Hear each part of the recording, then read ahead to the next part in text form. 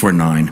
My name's Steve Kenzie. I'm the Welcome everyone and good morning. Thanks very much for getting here so early. Thanks especially to those of you that are online for your patience in waiting while we got sorted out here at the Guildhall. Quite big queues out front, as everybody in the room is aware. But well done those of you that were here for 9. My name's Steve Kenzie. I'm the Executive Director of the UN Global Compact Network in the UK. I want to make a particular note to welcome those of you that are joining us online. We really appreciate your participation. For those of you here in the Guildhall, it's always, I find it always a great pleasure to come into this august building. The gravitas of the building itself, I think, lends real weight to the discussions and the conversations that we're having, and they are also, of just such critical importance.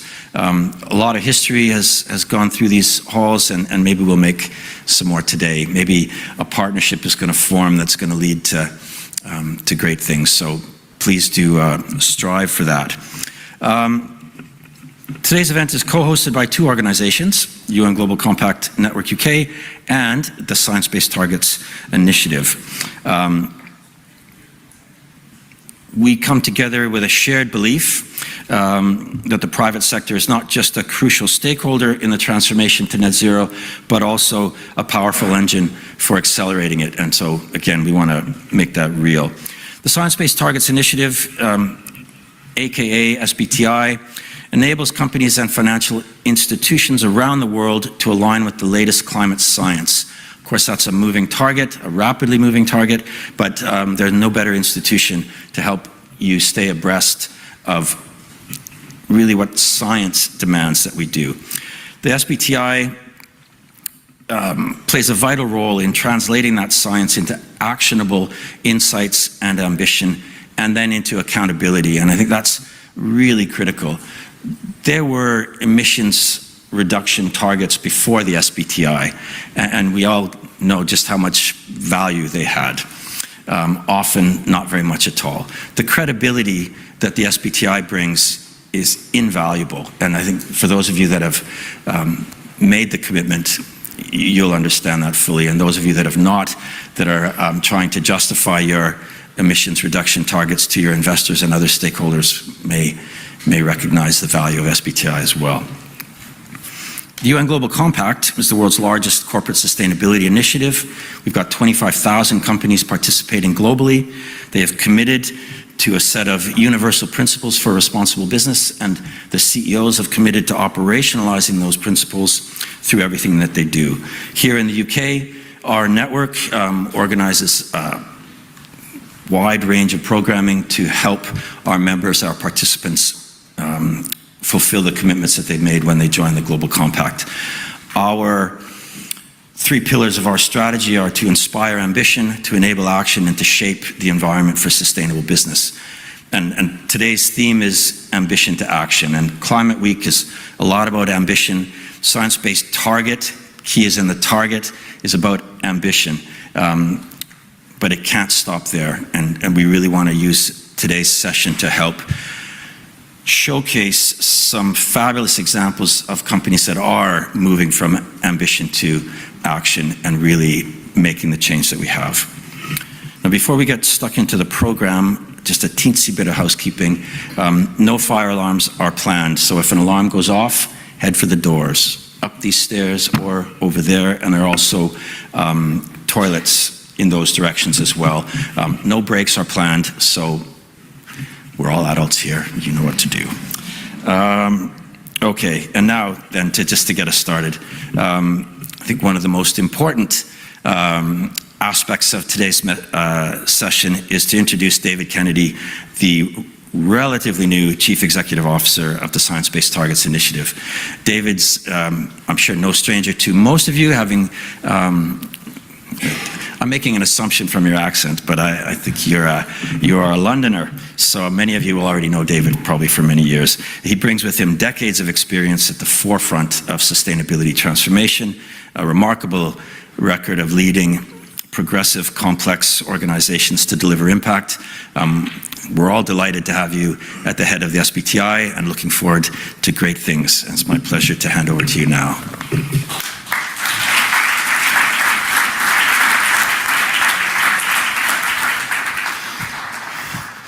Right, okay. What a great introduction from Steve. Apart from, I'm a proud son of Manchester, not London, Steve. But thank you. And good morning to everyone, and thanks for bearing with us. Many of you will know there's quite a queue to get in, and we didn't want to start with a half-empty room. So here we are. We've got a great morning. We've got a couple of panels of very interesting people who will share their experience on ambition to action, but I am going to offer a few reflections. You said I'm reasonably new. I am about 90 days into the job, so for anyone who knows that Harvard Business School book, 90 days, the first 90 days for a new leader, it's about that time where I should be having a sense of where I want to go with the team, the organization, and with our partners, both in business and in the ecosystem supporting net zero transition. So I'm going to start with, why did I join SBTI? And I think what a wonderful organization that has surpassed everybody's expectations. So I think if you go back a few years, it was small. The ambition was work with maybe 500 companies. We now work with 10,000 companies. Amazing. And we're here in the UK. UK obviously as a leader in climate change, and in a previous role I worked with my team and we designed the UK's carbon framework. Subsequent to that, I know a load of corporates in the UK have joined SBTI. I've worked with many of them, again, in a previous career, and I know how much focus SBTI gives those companies in terms of developing their net zero strategy, their planning, and moving to action. But we're a global organization. So there's 10,000 companies. We've got 1,000 companies in the US. We've got about 5,000 companies here in the UK and Europe, and then we've got 4,000, so a real growing operation in Asia, really important in terms of carbon footprint and the impact we can have there. And that's why I've joined SBTI. We are a great success story, but I think we will have a huge impact going forward as well. The other figure I should give you, we cover, I think, about 40% of global market capitalization as well. Now, I spent the first 90 days listening and learning, talking to as many people as possible, and I will share a bit of what I've seen and a bit of what I've heard. So what I've seen in terms of internally to the organization is great people, first of all. And you would expect that everybody at SBTI is passionate and committed, but the capability in terms of the professionalism, the expertise, has been very impressive to me. We were only established as an independent organization last year, but we're already well functioning and beyond what I would have expected before I came in. And really important in terms of customer service, we're a pretty impressive customer service organization, and you might not always have thought that, depending when you got your targets validated, but we've made huge leaps forward in terms of efficiencies, digitization, expanding capacity, improving the interactions between SBTI and businesses, and that's really important, given that a key partner for us is business. That is how we have our impact. So that's what I've seen internally. What I've heard from business, and I've talked with businesses across sectors, across geographies, in the US, in Europe, in the UK, in Asia, and I get a consistent message, and that consistent message is, we need SBTI. We want SBTI to succeed, and we want to work with you towards that success. And we need SBTI to evolve the approach as we move from setting ambition towards action. So 3 key positive messages that I get consistently from businesses, as I say, across sectors and across geographies as well. Now, the other thing I get from business is, again, really important, that the business case remains strong. And what they say is, well, the comms approach actually may have changed. Being above the radar, particularly if you're in the US, is maybe not the right thing to do at the moment, but the business case remains strong, and it remains strong for a number of reasons. You know, one, we've got increasing climate risk that is increasingly visible in terms of wildfires and droughts and floods, and that will get worse. We've got an international agreement which, even without the US, covers the vast majority of emissions and has a good deal of momentum. And then we've got developing frameworks in many countries around the world and the different regions that are incentivizing and supporting companies to act. And that is why the business case remains strong. You know, most companies, if you are here representing a company, you will have done TCFD. You know your transition risk. You know that if you don't do anything in a carbon-constrained world, your costs will go up. You'll find it hard to attract talent, and your revenues will go down.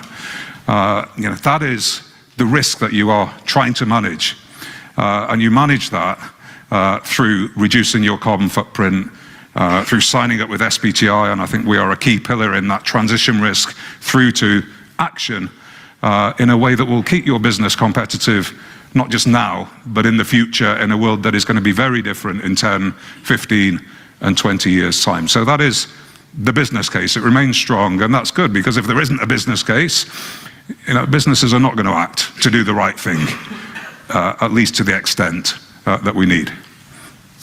Now, turning back to, we need to evolve our approach. Let me give you a few ideas of the direction of travel, and these are early thoughts, so they will develop. And we will debate and we'll discuss them with our partners, whether that's in business or NGOs and that ecosystem of partners. So, first thing is, we need to be a partner to business who want to be on that net zero journey. The second thing is that we, of course, have to remain science-based. That is our USP. But we have to increasingly focus on action as well. We have to be pragmatic, and that word pragmatic scares some people, and it makes them think, well, are we going to depart from the science and sacrifice that in order to have impact? And the answer is no. So when I say pragmatic, I mean we need standards that are applicable to the many varying contexts that corporates find themselves in, whether that's different sectors, different countries, or you know, even if they've got different capital stocks in the same sector, in the same country, can we allow for that? So that is one example of pragmatism. Second example, what do you do if companies have made really serious efforts to reduce their emissions, but not quite met the targets that they've signed up to? Do we disengage from those kinds of companies? And I think the answer is no. It is better to engage with companies who are serious. And you know, there are many other examples. I mean, people set up actually a contest, and they say, well, on the one hand you can be science-based, and on the other you can do something that is commercially viable. And there's a choice between the two, and I think that's a false choice, actually. And there is a sweet spot where the science you translate through economics and technology lenses, and you find stuff that is feasible and cost-effective, and you are able to act on that basis. And again, if it was a choice between science and commercially viable, it's hard to see how we would move forward. It isn't a choice. We will find that sweet spot. So that is really important for us. We will be a listening, engaging organization, and we will play a leading role alongside other partners in the ecosystem who need to all be joined up. And I think it's fair to say we could be more joined up than we are, and that is not a criticism, but there is an opportunity there. So those are some of the key things in terms of direction of travel. Now, you may have noticed me hesitate, and this is one of the challenges of speaking without notes, that sometimes you forget things and then you think, oh, I wish I'd said that. The killer thing about the business case, I should have told you, are numbers. And so if you look at what's coming through in terms of submissions for validation at SBTI, we had a record year in 2024. We were 100% up in 2024 on 2023. When you might have expected a drop-off in 2025, we are 30% up already in the first 5 months on what was a record year last year. So that's telling you something about the business case. I was talking to UN Global Compact. The sign-ups, the feedback that's coming to UN Global Compact says firms are doubling down. More firms are joining in this movement to net zero. So again, that just reinforces what I was saying on the business case. Now, jumping back to how are we going to evolve our approach? So I've said partnership with business, science, action-oriented, pragmatic, listening, engaging, working in partnership with other players in the ecosystem. Actually, we are already doing that. So you will all have seen, although possibly not have read every detail of it as I have, the Corporate Net Zero Standard version 1 draft that was out for consultation. And a lot of what I've said is actually in there already. So I'm going to pick out a couple of things that I think are real steps forward in that respect. So first of all, we split scopes 1 and 2, and that's right, because there's very different challenges in addressing scope 1 and scope 2. We've got an action-based approach to scope 2, which is around commit to power sector decarbonisation. We've got action-based approaches in scope 3, and particularly goods and services, the focus being align your tier 1 largest suppliers with net zero. That is a lever that any company can pull. They can align their largest suppliers. Maybe harder to drive down the carbon footprint in the near term across your supply chain. I've got a link in there with transition planning, and a question, how are we going to firm that up? But I think that link with transition planning, given the focus on transition planning across the corporate space now, is absolutely appropriate. That's a key step towards action. We've got, and there was a lot of debate and discussion. Everybody knows, we shouldn't pretend it wasn't the case last year around what is the position on carbon credits. We've set out a balanced position on carbon credits in there, again for consultation, and that needs to be finalised. Key point I want to say is it's all about getting your own carbon footprint down, not buying your way out of this. So you can never have credits being a substitute to reducing your own carbon footprint. You can have it as being a complement. So that's some key elements and positives of the Corporate Net Zero Standard and where we are with that. So we've had the consultation that closed at the beginning of June. We've got a great response. We had about 1,000 responses to it. We're going very carefully through those and systematizing what the feedback is. We've also got the expert working groups and different channels that we're engaging with the whole range of stakeholders. So we're now in a period of reflection.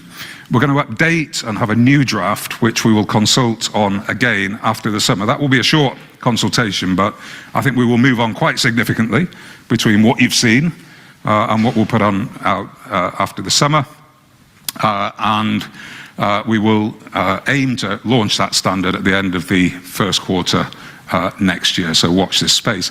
I think the other thing I want to highlight and draw your attention to, financial institutions, really important enablers of the transition, and I'm very proud of where we've got to with our financial institutions standard. We've worked closely with a whole range of players to get to a very good place, and that will be launched in the next several weeks or so. So again, I think that will be a big step forward as well.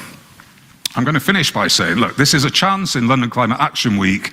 There's quite a lot of negativity around. I think it's a chance to feel positive. I think it's a chance to celebrate what we've done, what we've achieved, and I don't just mean SBTI, I mean this whole community where there is a lot of action, a lot of achievement of which everybody can be proud. So I think it's a chance to celebrate. It's a chance to redouble our efforts. And I'll leave you with a message that is about SBTI. So for those companies that are ready to submit for validation, please do not hesitate. I think some people have said to me, well, should we wait for version 2 of the Corporate Net Zero Standard to come out? And I think the answer is no. You should submit for validation now. You should get a validated target under version 1. That will set you up very well to be on the path without delay, get your company focused, doing stuff.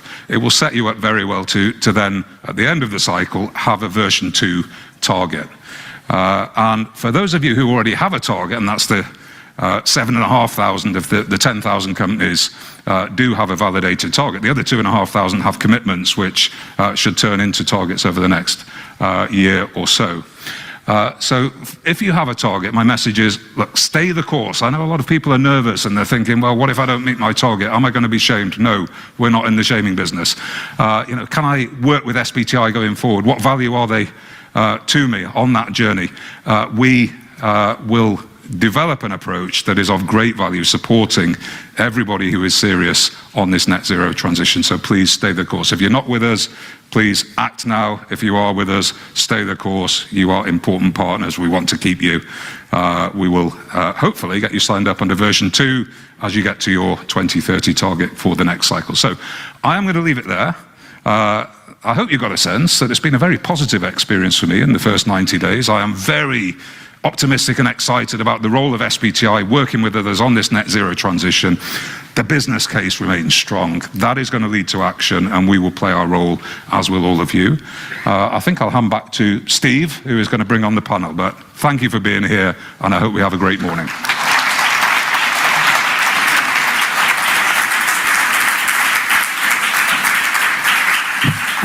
Thanks, David. Anna and panelists, if you would like to start coming up, I'll say a few words while you're getting settled. You'd think that a Canadian who's constantly being mistaken for an American would be more sensitive about accents, so I beg your pardon to all non-Londoners.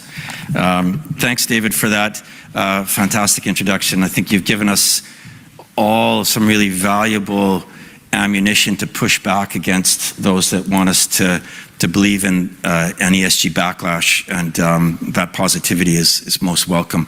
And your principled pragmatism equally welcomed. We look forward to working with you on the launch of the new standards and helping to get those rolled out and adopted. A fantastic panel before you, and I'm going to leave you in Anna's good hands. Thank you so much, Steve. Can you hear me? Perfect. Great. Good morning, everyone. Lovely to see you in this beautiful venue. Thanks very much to the UN Global Compact Network UK and to the Science Based Targets Initiative for bringing us all together this morning for what I'm sure will be some really interesting conversations. And thank you to Steve and to David for teeing this up so nicely. So my name is Anna Torrell. I'm the former Chief Sustainability Officer at Decathlon. Before that, I led sustainability at Tesco and Nestle and did other various things. And I'm a relatively new board member to the SBTI.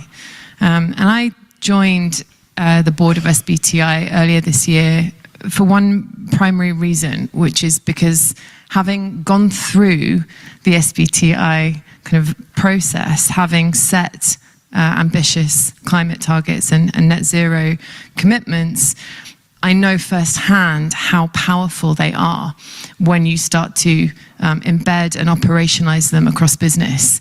And I really do strongly believe that the SBTI is really the greatest gift we have as companies today in helping to support us on our climate journeys. From board buy-in to how we actually engage and mobilize action across our businesses. So, as David mentioned, we are in a particularly funny moment, I guess, in kind of for the broader sustainability and societal kind of agenda as it relates to environment and social issues.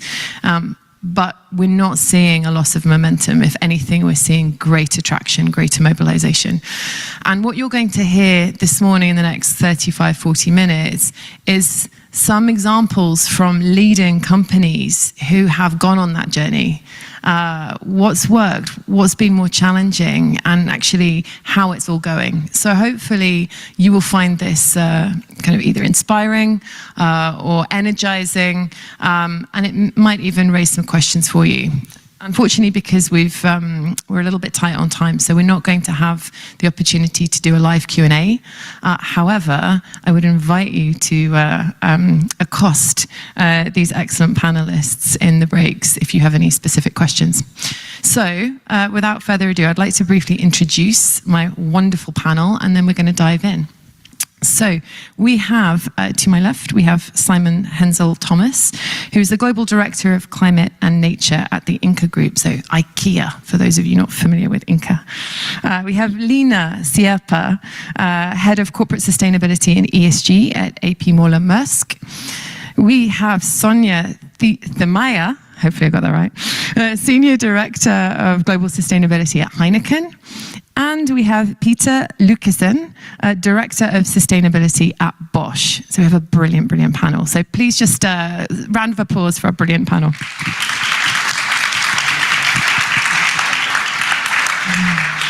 Right. If I may, let's dive straight in. Why do we set targets. What is it? Why do we set these big, ambitious, science-based targets? And in your respective companies, what's been the business case for establishing those targets? Maybe we'll go down the line, and we'll start with you, Simon. Super. Thanks, Anna. Morning, everyone. Lovely to share a stage with you. Likewise. Nice to be here. Like Anna said, I work for Inca Group, which is IKEA. Sort of 9/10 of the stores, IKEA stores in the world are run by Inca Group. We've also got a shopping centre business and an investment arm. So it just gives a bit of scoping. I think maybe why do we act on climate? We act, David, you said it's the right thing to do, and it's partly that. It's the right thing to do, but we also act because we see that our customers and our co-workers are demanding it. So we regularly survey our customers especially, and we find that 2/3 of them are really passionate about climate. They care, they're worried, and they expect a company like IKEA to act.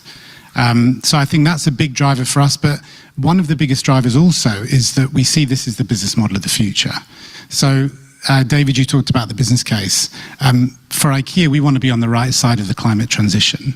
We want to act now so that we're ahead of the game, and we see this absolutely as a business opportunity, and the converse of that is that it's a massive risk.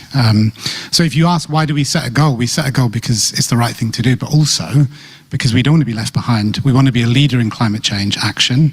And for me, and for us, SBTI is the only science-based tool in town. So we had a commitment to Paris to 1.5 degrees. The only way for us in our mind to operationalize that commitment is to say that we will. Thank you for those that are still online, because the panel section is going to lead to a break at different times.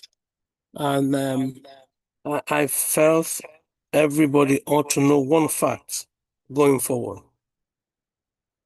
Climate change is not a buzzword. Climate change is today's reality. I had the privilege of being hosted by, or in fact, we have the privilege of being hosted by the governor of Garissa.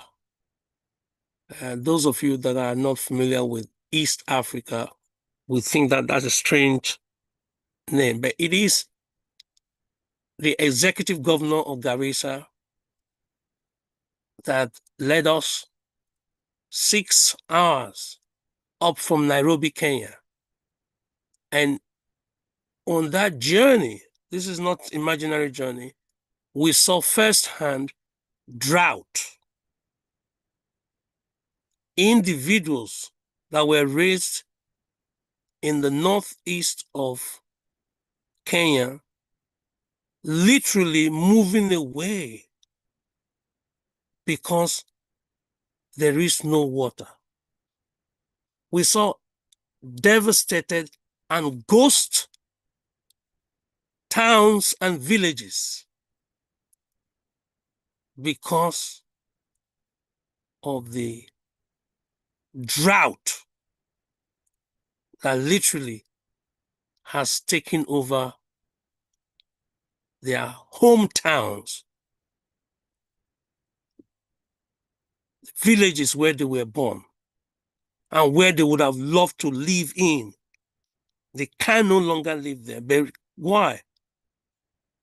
Because there is no water. So when you say the consequences of climate change is academic, is because you have not had the opportunity of visiting specific aspects and areas in the world today that will no longer exist tomorrow because action was not taken. So thank you for tuning in today. This is not another symposium, another conference, another seminar. No. This is the issue of life and death. That's the reason why I'm so excited that the Excellence in Education program was able to coordinate fringe meetings, side meetings, before the London Climate Action Week officially started, and even after it has ended. Because like you know, the Excellence in Education is a multi-award winning organization that has pioneered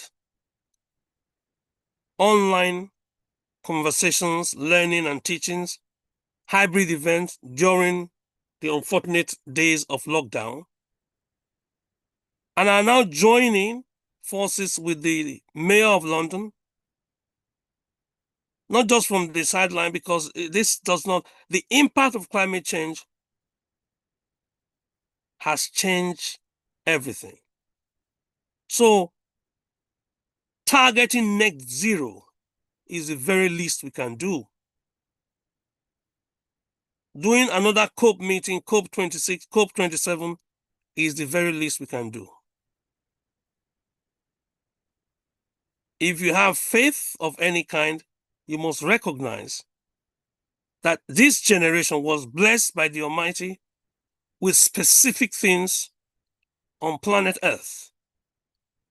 And we must, whatever we do, we must be able to hand over to the next generation what we received or what we're blessed enough to have. As a result of that, we have taken specific actions, not just switching from printing to QR code, as we have done in all our meetings, not just using electronic instead of paper in all our communications. The real reason why EIE, the Excellence in Education program, has partnered with various institutions is to ensure that the next generation will not laugh at us and say, what happened to the lungs of the earth while we were there? The one you call trees, they are the breathing apparatus of the earth. Because the trees, like you know, suck in carbon dioxide for their photosynthesis and release oxygen. And so we will be hosting post-conference event, post-London Climate Action Week events, and we promise that you'll be invited to multiple events that will define essentially how things go from now. Because talking about climate change on the sideline is not something any one of us is going to do. We've got to do much more than that.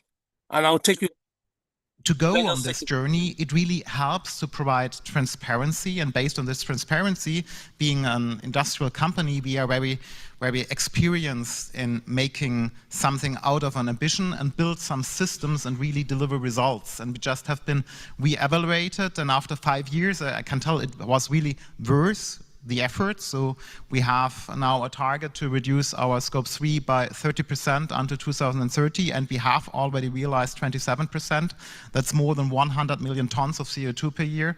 We have reduced our scope 1 and 2 by 84% since 2018, and there are some clear benefits out of it, and already mentioned. So it's a cost benefit which you have. So it's, in the meantime, it's a business case. It's already a positive business case for us after 5 years, and there are even a lot more important intangible benefits, which already also has been mentioned. You have more resilient relationships with your stakeholders, and you have also a lot better hold on on the existing employees and also the better attraction for new ones. And then the other side to this coin is we are now on this road and we can see some results, tangible and intangible, but then again, looking outwards, looking to the future, we are moving to a low carbon world.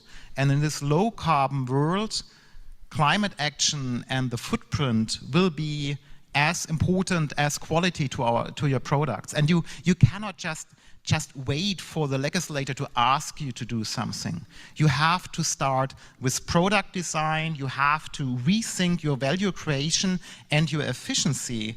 And if you do not start early with this, you are losing the competitive edge, which I think no company should just miss out to stay ahead of the curve. And I can clearly say and also tell all the other companies, it is worth the effort. Start with having this North Star, having these targets, and then you will step by step realize where your footprint is and where your hotspots are, and you will find the marginal abatement cost curves and have some really quick first wins, and this gets also the whole organization moving. And this is the other thing, it is an organizational movement. It's not just a chapter in your management report. It's about doing business differently, and then you will really be able to also earn the results at the end.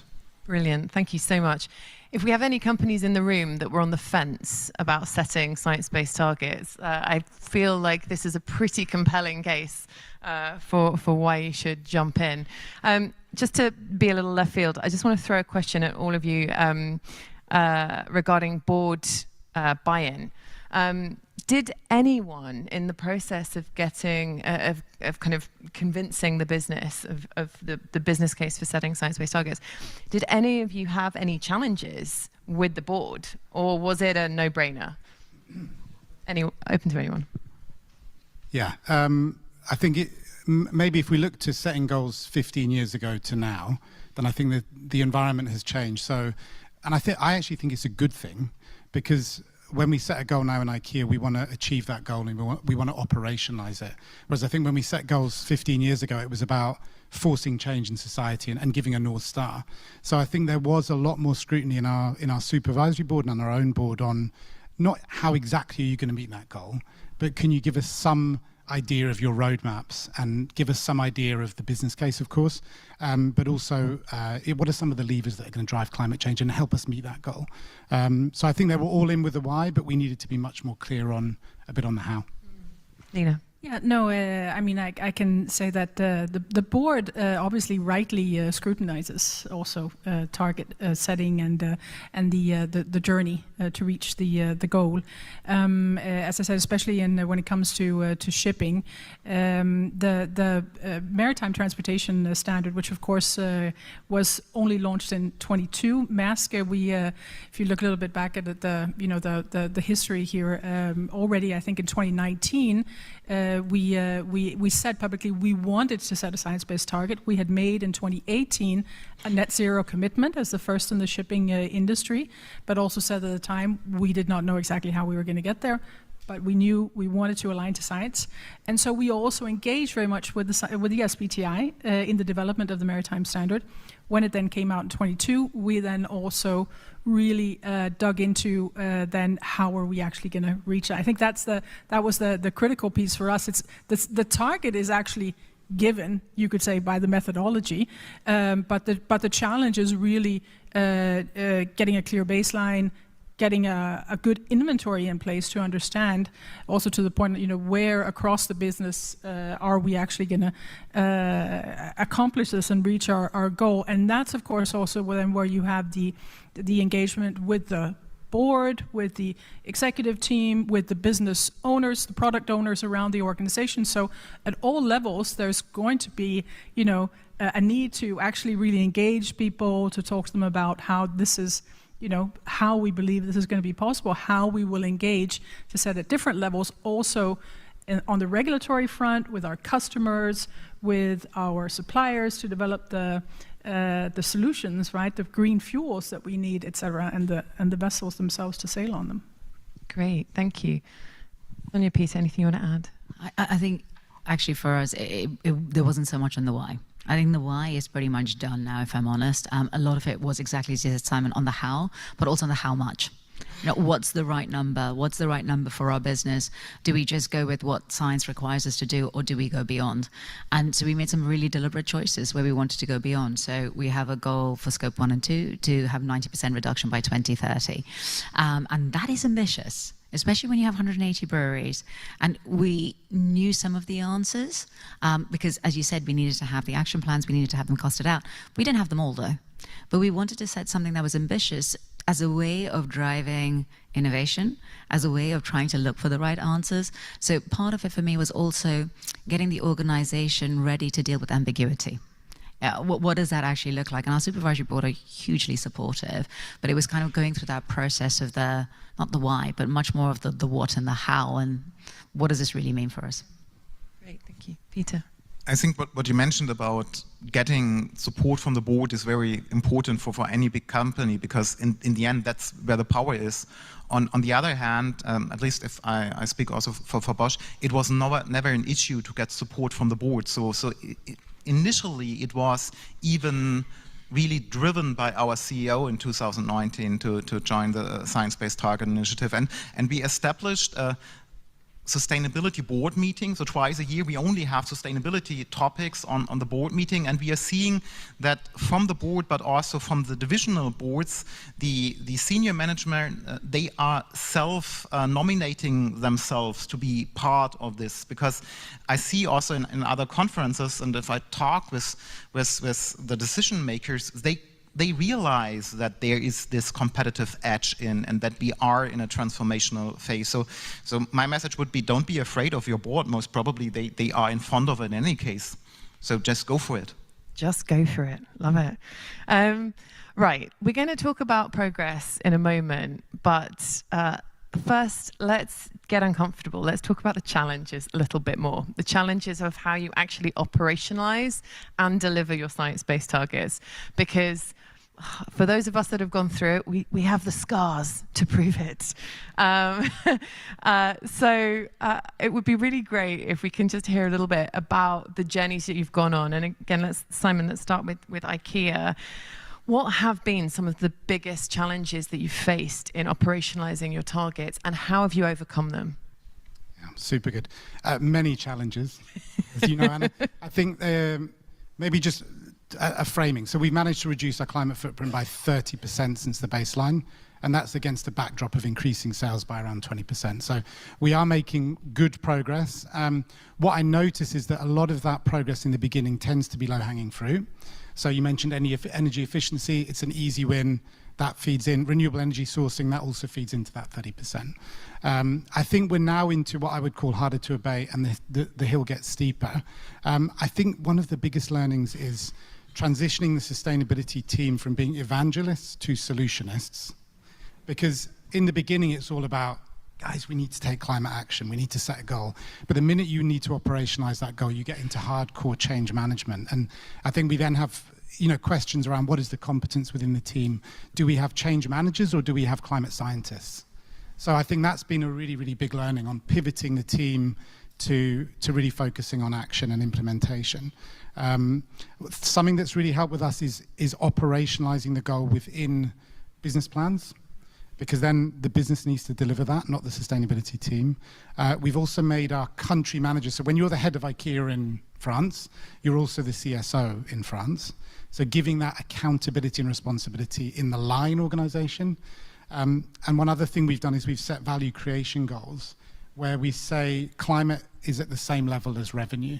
So when you report to the CEO at the end of the year, you need to talk about your revenue, your profit, your loss, and you also need to talk about your climate numbers. So some of those things are helping, but that is a journey and we're still on that road. But I think operationalizing the target, getting it into the veins of the organization, that's the job now. Yeah, perfect. Thank you.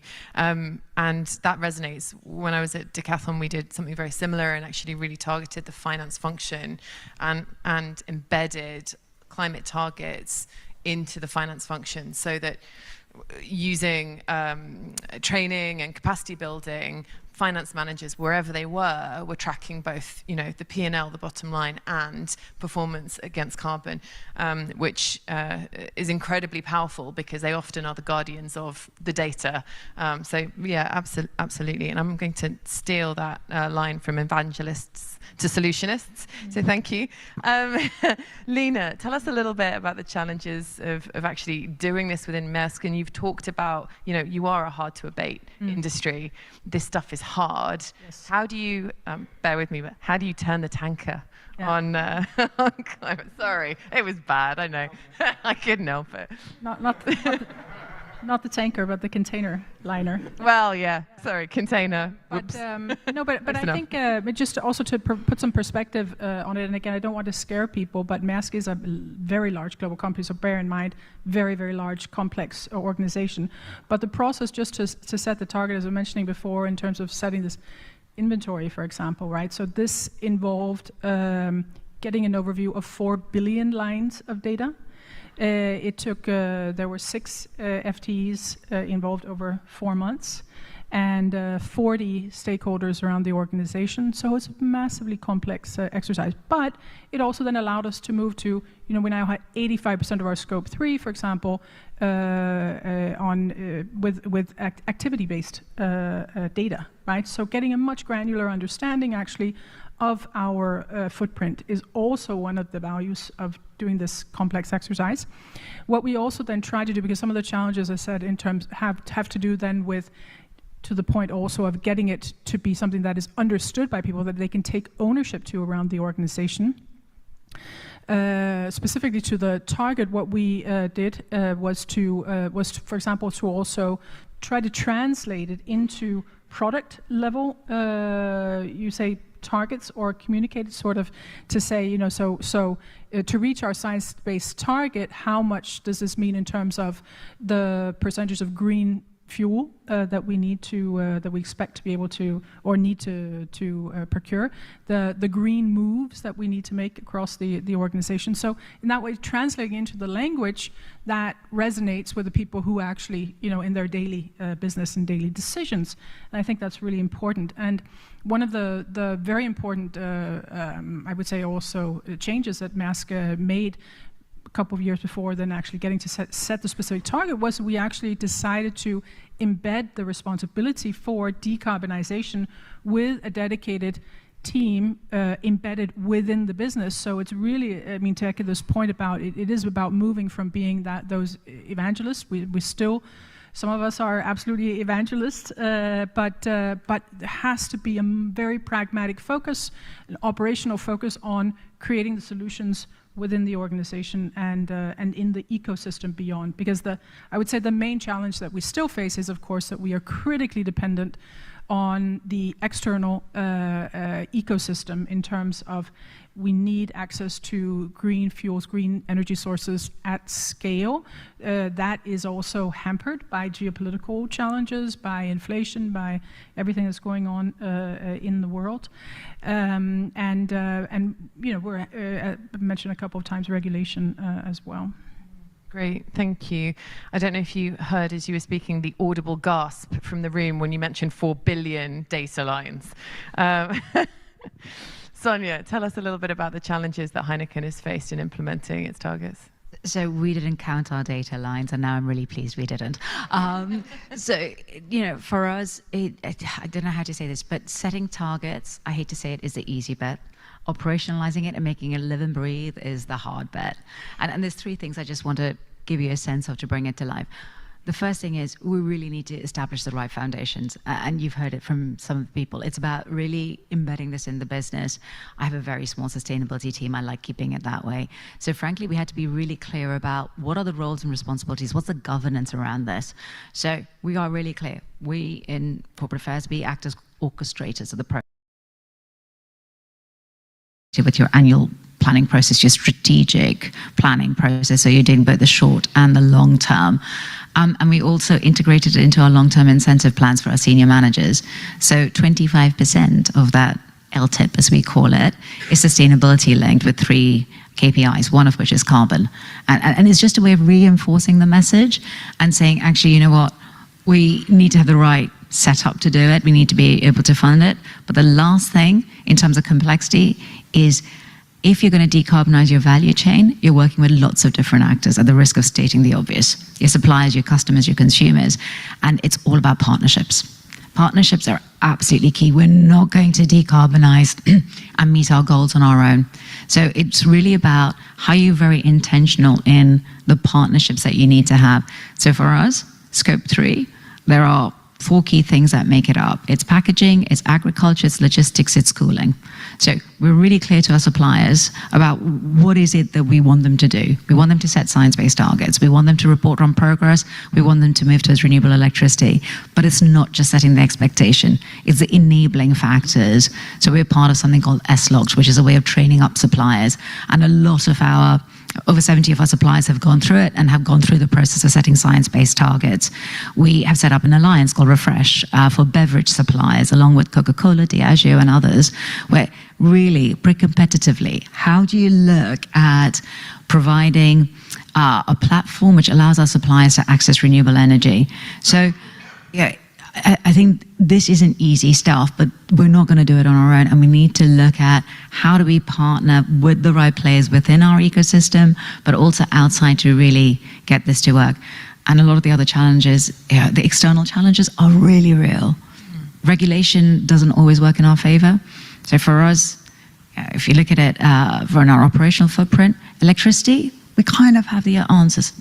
We source 84% of our electricity is from renewable sources now through PPA, certificates, and other mechanisms that we use on site. But thermal heat is really hard. So how do you have the innovation to really help you drive that process?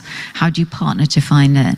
So I'm sure you're going to hear a lot about partnerships, but that's also been really key. Yeah, thank you. Collaboration is absolutely fundamental, and particularly for companies with complex global supply chains, even more so.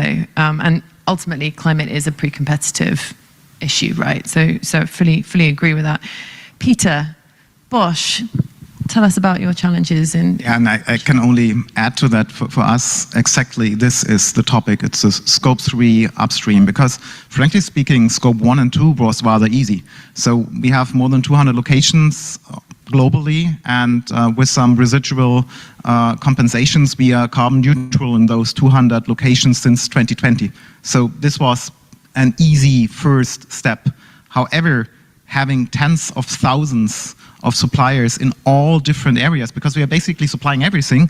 We have suppliers from microelectronics to paper, from rubber to whatever. So this is the hard thing, because for most of them, we are not their biggest customers. So microelectronics, some chip manufacturer, he doesn't really care too much for the automotive industry, but how do you get your supply chain to decarbonize?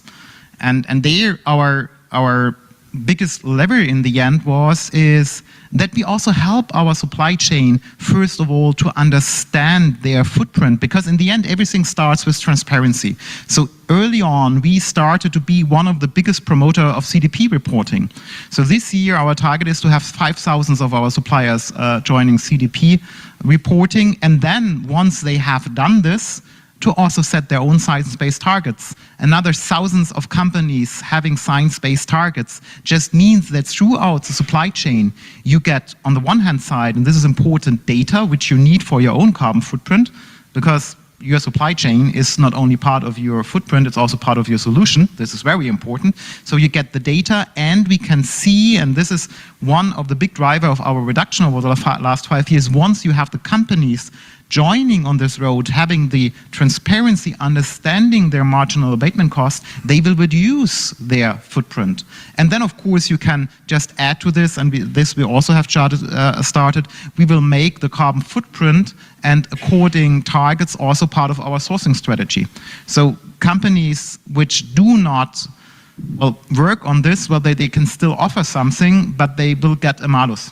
So just also provide some tangible incentives and give just the example. We also have regular conventions with our suppliers, just organizing how to measure carbon footprint, what are some easy quick wins, how you can benefit from it. Just learn because this is about learning in the end, doing it together. No company alone can solve this issue. We have to work together in solutions, and this works quite perfectly because, as mentioned before, the top management of most customers, they are very, very well aware of it. And you have to just bring them together and then move in the right direction. Great, thank you. Yes, Sonia. Can I say something? Because Peter's just reminded me of something which I think is really important in terms of operationalization, which is ruthless prioritization, right? And I think one of the complexities of trying to decarbonize is it's so much. How do you eat an elephant, right? It's that huge thing, and the answer is one bite at a time. And you've mentioned a couple of times, you've got the marginal abatement cost curve, which is great, but we found that was just a starting point. Right, it gives you one insight, but we had to look at ease of implementation. We had to look at the regulatory context. You have to look at it at a very local level as to what works. It's not a case of one size fits all. You've got to look at the impact on local P&Ls. You know, really get the financials right. So the only other thing I would add is ruthless prioritization to realize that you don't have to do everything at once. You can phase delivery. So have plans that allow you to do that.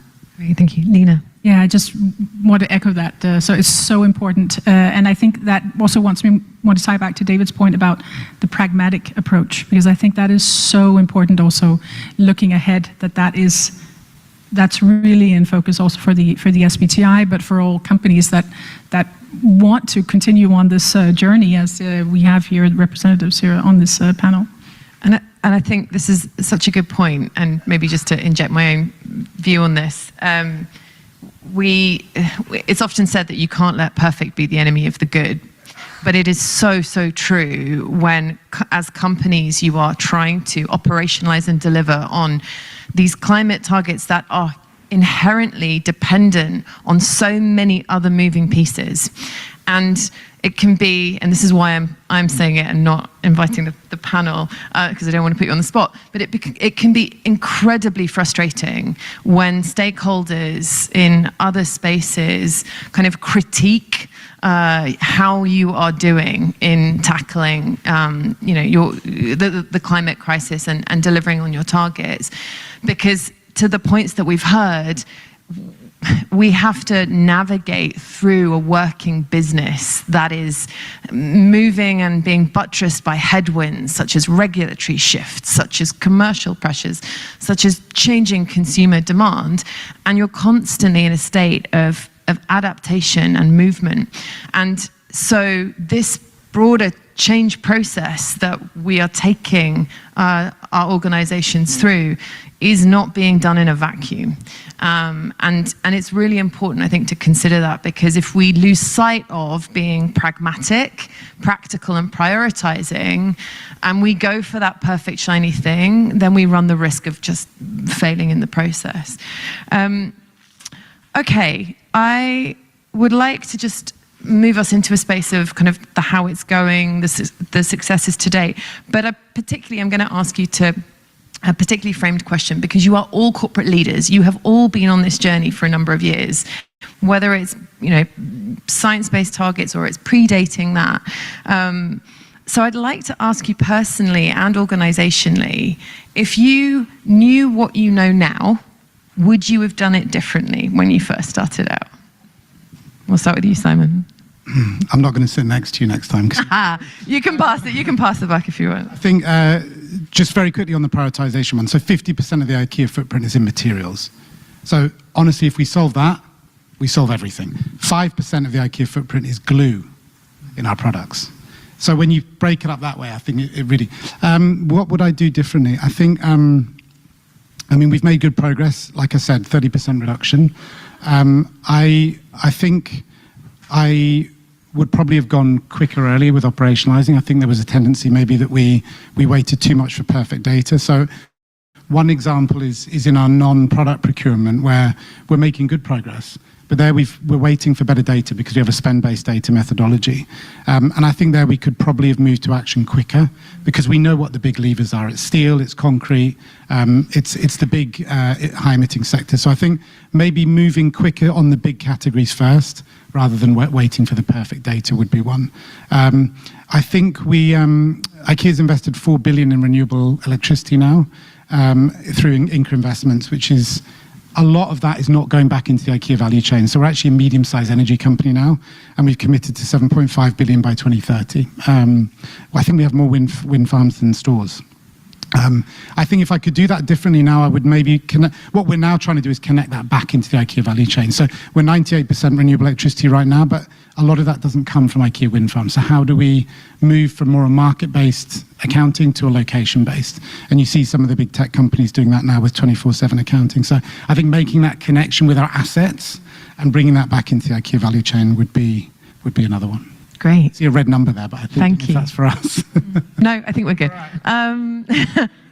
I've got a timer as well. All right, Lena. Yeah, I'll be quick. I think this has been a constant learning journey for us, right? So I don't think that when I look back, I said, would we have done things differently?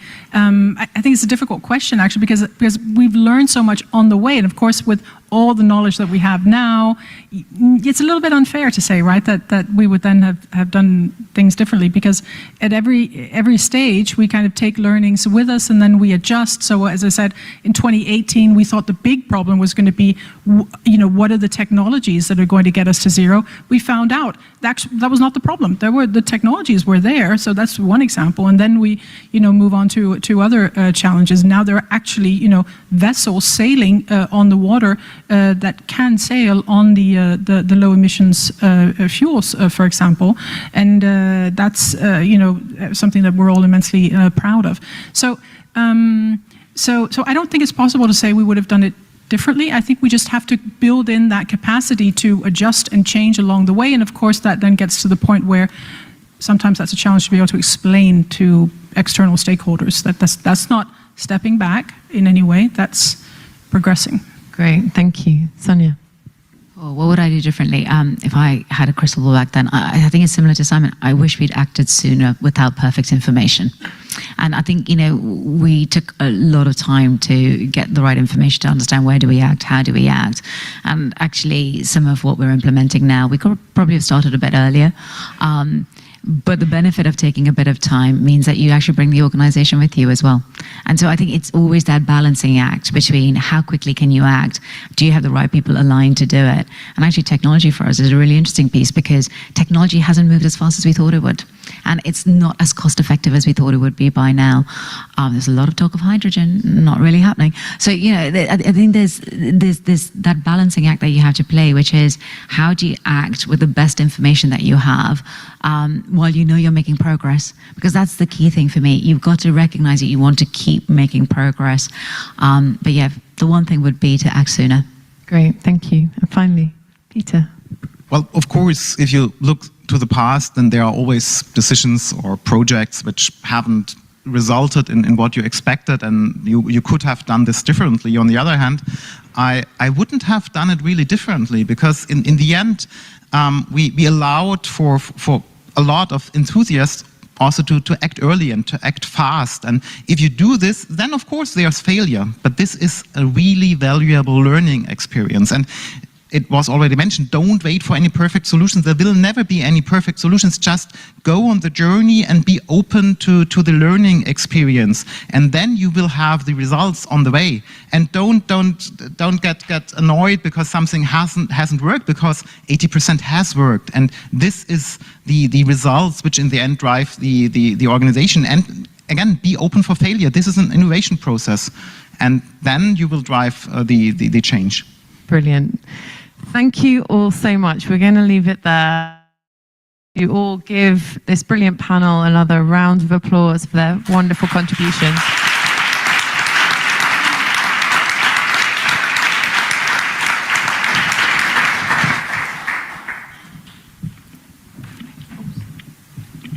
Yes, leave your microphones, please. Thank you.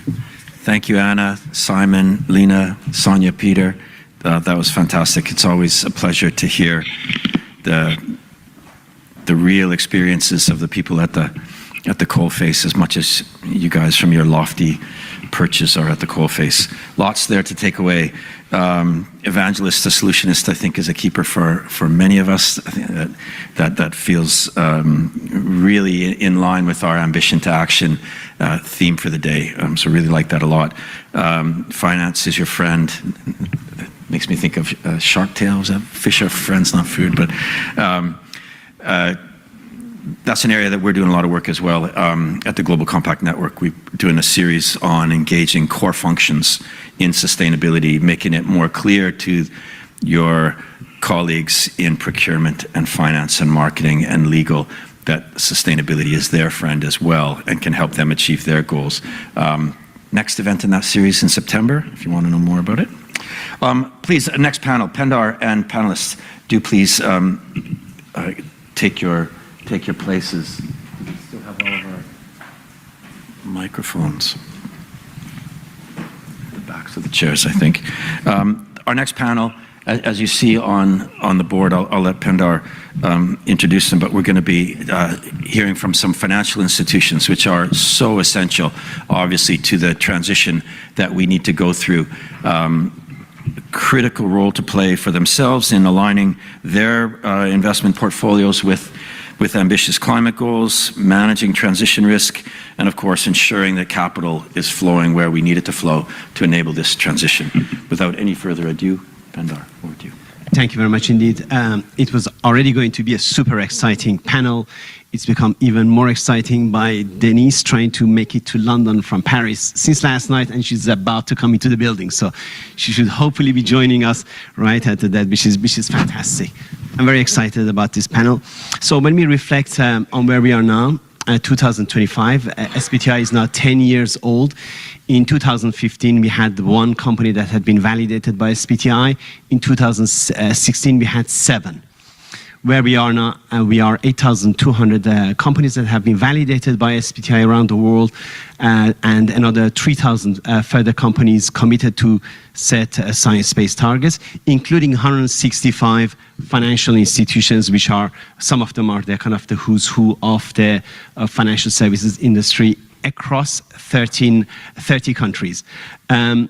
We are making progress everywhere. We started, I guess, with a big presence in Europe.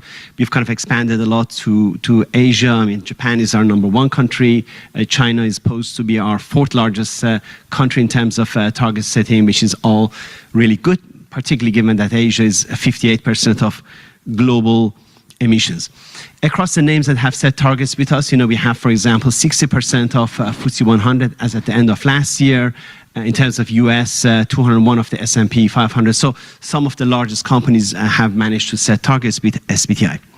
But there is much to be done. If you are following the UNFCCC conference in Bonn last week, the scientists who write the IPCC reports published the latest findings, and essentially where we are is that they are finding that the remaining carbon budget for 1.5 is being depleted at an alarmingly fast rate, which means that the corporate and the broader societies must double down and take really ambitious action now in order to affect change. I was at a session the other day, and we had Al Gore present, and he mentioned something very interesting, and I checked it up, and it's apparently correct. And that is the amount of global heating arising from the increased carbon dioxide and other greenhouse gases is equivalent to the heating of the 750,000 atomic bombs per day, or 8.7 Hiroshima bombs every second. So that's why we must really double down. So kind of no pressure, but turning to our wonderful panel, we have, of course, David Schofield, who's Head of Sustainability and at Aviva, and Chairman of the UNGC UK. We have Mariam Omi, who's CEO of Climate Arc, who released Transition Arc in this very room last year, this time, which was amazing. And we have Gilles Lindhorst, who is the Head of Climate at ING. And soon we will be joined by Denise as she walks through the room. Hi, Denise. This is fantastic. I've never seen better timing than this. Needs a round of applause. cannot be better timing from Paris to London, just on time. Who's the head of ESG at PAI, which is one of the largest European private equity houses. So we'll just give you a moment to catch your breath. So literally catch my breath. Okay. yeah, so kind of turn to the panel. If you don't mind, David, give us an introduction about Aviva. Said everybody knows. I mean, most people do, but just in case, and also set out your SBTI journey. Why did you set your targets? Where are you currently with your, delivering your transition plans? Yeah, thank you. I might start with the UNGC point, actually. So I'll try and wear the UNGC hat and the Aviva hat. We've seen a huge groundswell of engagement amongst our members in science-based target setting. It's one of our most popular. We're talking like thousands of people on webinars on how do you get this stuff done. So it's hugely helpful, and actually our biggest constituent sector in the UK network is financial services. So I can speak a little bit from that perspective. From Aviva's perspective, you might know our CEO, Amanda Blanc, who then went on to co-chair the Transition Plan Task Force as well, very engaged in this. But when she came in, she wanted Aviva to be a business that was going to win. So she set up a new corporate strategy, and sustainability was part of that, but not like the exotic pet in the corner, but actually a key part of the rest of the strategy, because it drives across efficiency, improving customer outcomes and driving growth. So for us, it's always been sort of cited within the overall corporate strategy.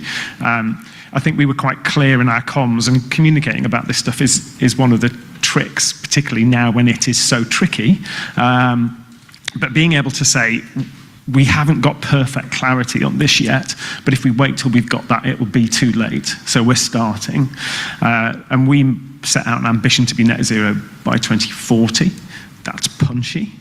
We've just done our second transition plan, and I have to say, we have a brilliant climate-specific team. So Leah and our Climate Centre of Expertise work on this, and laying out that transition plan we found to be a fantastic framing. So you're not just having like an atomised conversation about targets, but you're talking about the importance of the transition, the material importance of the transition through a kind of double materiality lens to the business. And then within that context, you of course can reach for this fantastic tool of SBTI targets. I'd finally echo some of the comments from the previous panel. I mean, finance is not some mysterious black box. It's a business like any other. So actually for us, embedding this in business planning, extending the business planning timeline beyond the typical 3 years out to 2030, and even it's pretty bizarre to be business planning out to 2040, but bringing that discipline through, and then actually using the muscles of the business itself. So for us, the involvement of people in business transformation, I think you heard that on the previous panel, it's not just about the climate scientists, it's that core muscle around business transformation and the funding flows that help us do the business change to line up to those targets. That was our journey. Perfect. Thank you very much. And Jill, as one of the 29 globally systemically important banks, and the first one of those to set science-based targets, would you kind of describe your journey to set targets and how you're kind of progressing on transition plans? Yeah, thanks, Penda. Yeah, so our target setting journey actually started with setting our ambition. We wanted to play a leading role in accelerating the transition to a low-carbon economy. And getting recognition from SBTI as the first global systemic important bank of our targets being validated and being in line with science was really also a key moment for us and a key recognition for our leadership. And but of course it comes down to not setting targets but also taking action, and that's where the transition plan plays a really key role.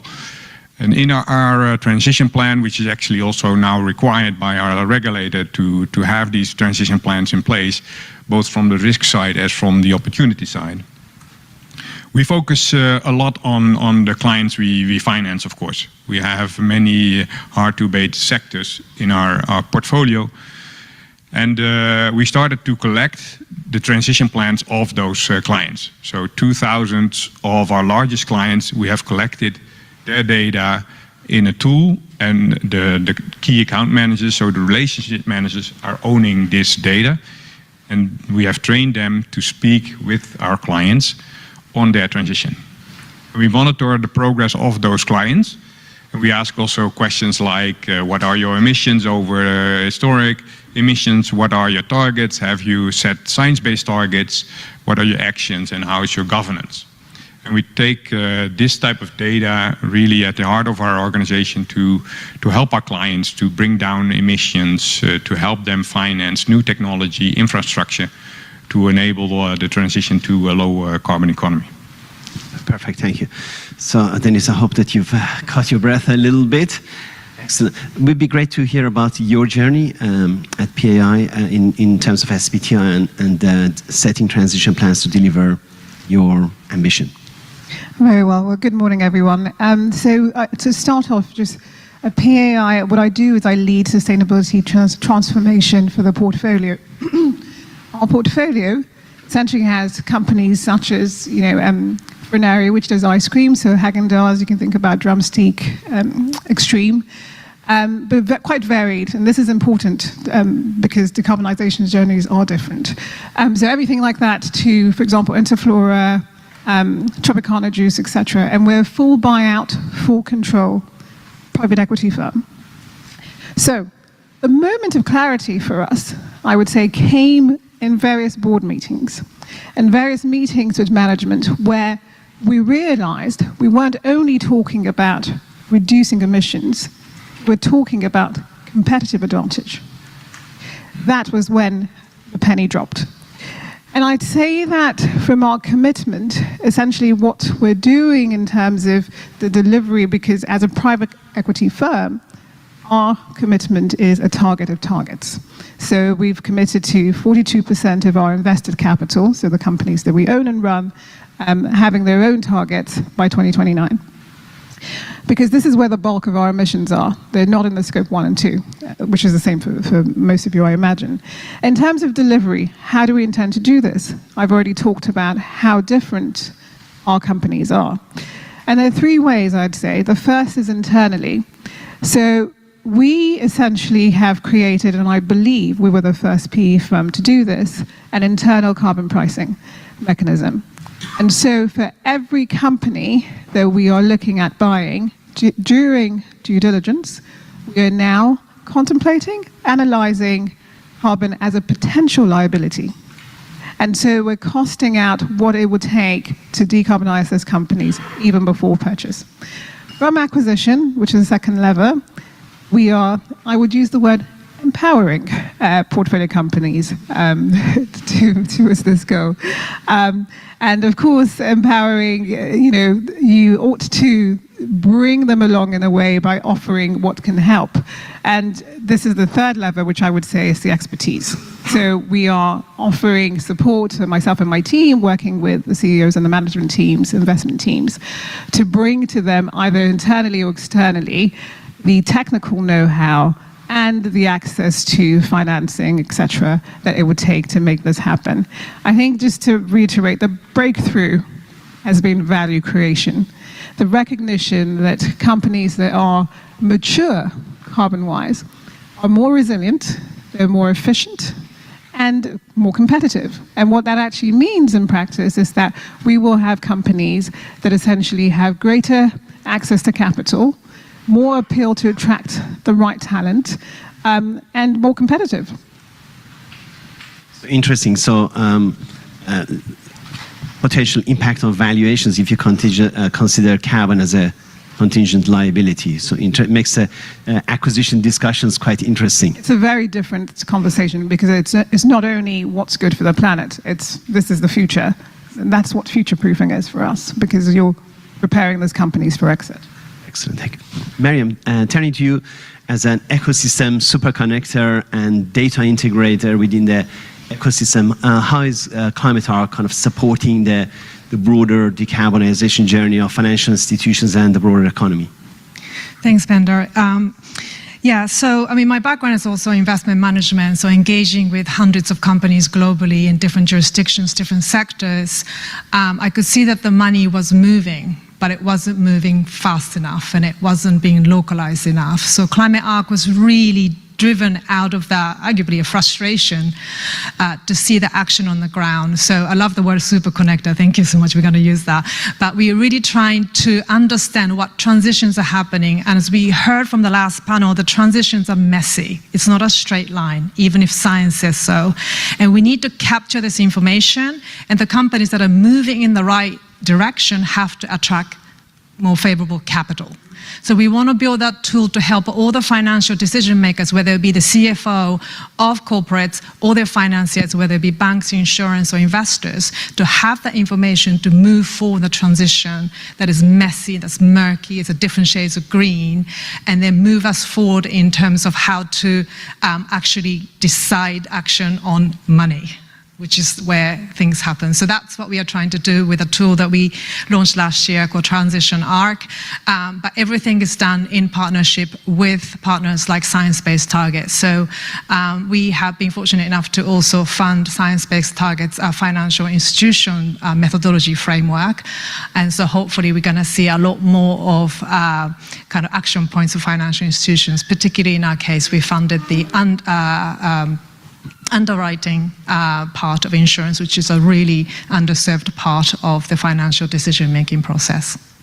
Perfect. Thank you very much indeed. And as David mentioned earlier on, the financial institutions net zero standard, hopefully we should be coming out in the coming weeks. So that's out there in the open as well. So kind of turning to I mean, we have a very good representation across different actors, types of actors within the financial institution space. SBTI speak for financial services industry. There are, what have been the kind of the big successes, given that most of your inventories are emission inventories actually in scope 3 category 15. So David, if I may turn to you and say, where have you found the kind of the best successes in delivering emission reduction?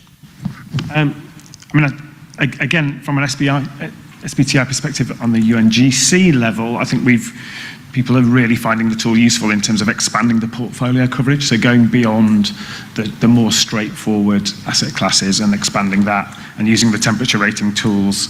Sector-specific pathways as well is really helpful from an investor perspective. I really like the point around, actually, it's sector-specific and often business-specific, the journeys people can take. So it's been a lot to do with engagement, as we've heard. I mean, definitely we're a believer that, divestment isn't a particularly effective lever in most cases. That engagement is really important. We've managed to beat our asset owner reliance targets. We've seen carbon intensity come down in some areas by 64% so far already, which is great progress. But it's a very similar position to the previous panel. We're doing a lot of the easy stuff, which is why there's a lot more emphasis around policy advocacy. And trying to solutionize for the real economy. So where might we need to place investment to increase innovation that are going to drive real economy changes? Because we're all so contingent on the lack of pace of transformation in the real economy. Like an insurance business, we have, like some of the other brands, huge supply chains. You can't get a good value, lower carbon windshield at the moment. And until we can, it's difficult to price that in for a market that's very commodified. So there's some of the kind of real challenges that you're facing into. So I think it's a real mixture between engagement, going at what you can go at now, and then working smart and collaboratively on policy and advocacy, and sort of powering up the kind of innovation that we're going to need in the real economy. So ecosystem collaboration and public advocacy, that's the key thing. And Gilles, if I may turn to you, what have you found kind of biggest successes in driving down your portfolio emissions? Yeah, related to portfolio emissions, of course, the large part of that comes from our lending book related to the energy sector. And that's where we have set up really huge policies, you could say. First of all, of course, coal. We stopped financing coal, and we run out of coal by the end of this year, so it's out of our book. The other one is we have set up the target to phase out upstream oil and gas by 2040. So that's also a major milestone for us. It's 10, 20 years beyond what science tells us, so we're moving faster with upstream oil and gas. out of our portfolio. But of course, driving down those fossil fuels, we need to also build up a sustainable future. So we have been also extending our commitment to finance renewables. So we have been tripling our renewable energy finance. And last year we financed over 7 billion in that year for renewable energy. So yeah, those are really key successes in bringing down emissions, but also building up a sustainable future. So the energy sector has been the one that has, for now, has been the kind of the low-hanging fruit, or rather one of the early things to drive the portfolio emission reduction, which is great. And Denise, from your perspective, you delivered through your companies that you own. What have been the successes there? There have been quite a few, actually, and I would say that, again, the case studies are the ones that also make money, right? So three come to mind, and I'll be quick about them. So the first one, we own a company called UNTOLD, and it has brands at a retail outlet for outdoor adventure. And they invested 4.5 million over 3 years in energy efficiency initiatives across stores.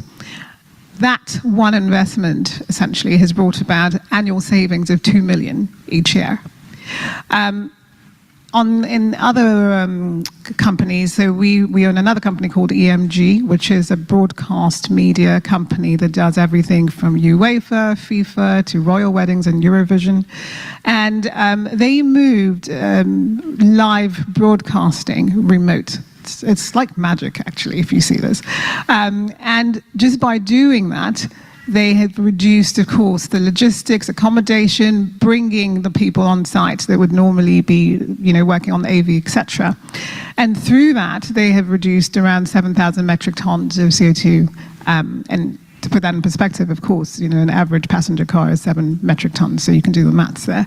But EMG has done great, and these are stories that the boards like to hear. CFOs like these stories, banks like the stories, so those are success. I would say a biggest one for me is a company we own called SGD Pharma, and it's the world's probably one of the largest makers of pharma glass. I don't know if you've seen glass being made, but I was at the factory a couple of weeks ago and you can't take your eyes off it.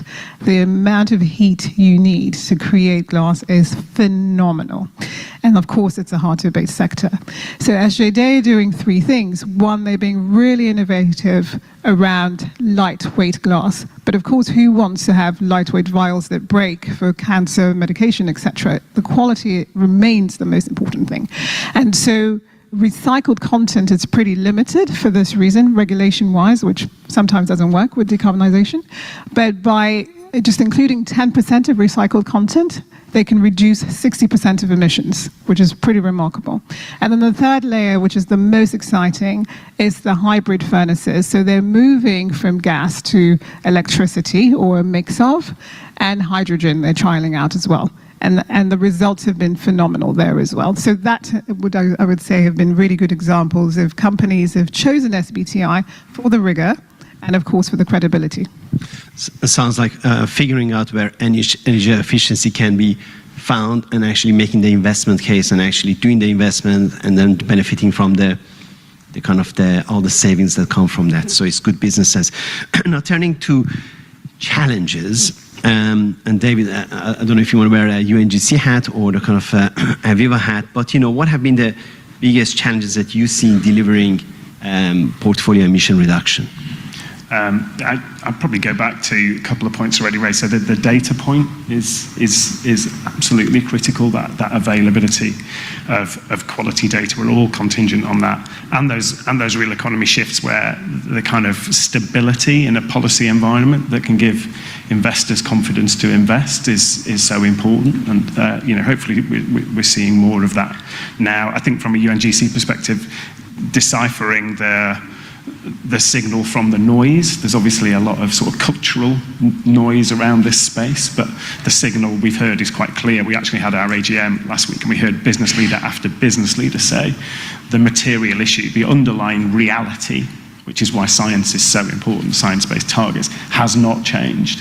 And actually the challenge isn't even necessarily a cultural challenge, it's more a cost of living, stagnant growth, inflation. That's the kind of challenge. So finding the ways to make this good for business, as well as just the moral case, is really, really important. there's some stats that you could play either way. So I think we've got just over 50% of our suppliers now signed up to science-based targets. You could say that's glass half empty, but I think actually that's glass half full, and you've heard a lot of us talk about these targets where we are seeing movement. There's some other spaces actually, and it's not always the obvious ones. So if I look at where we see most crystallization of sort of consumer demand, it's in interesting places. So like for us, workplace pensions is a really interesting one. So where you've got in the UK, everyone has to pay into a pension through their employer. There are really simple things you can do to look at defaults on those funds, bringing choices to people. And when a pension trustee walks out onto the shop floor and says to their employees, do you care about this stuff? We all know from our data it's still between 2/3 and 3/4. The majority of people do want businesses to act on this if we can make it simple and easy for them. So I know we haven't hit tipping point on that yet, but I think it's really interesting where you see some crystallization of that demand. And interestingly, business to business rather than B2C is often where we've seen some of the early signs of that. And therein lies, of course, for people who have put their head above the parapet, have set targets, therein lies some competitive advantage. And just before we just kind of all talk about kind of challenges, Mariam, I just want to break this up a little bit and just get your perspectives on the successes that you have seen when you look across the financial services industry. Well, there's been a lot of successes as you have highlighted, you know, I think one of the things that I saw when I was 2018, I was talking to UBS, and there was a picture of a house, and it had a solar panel on top, and it was plugged into electric car.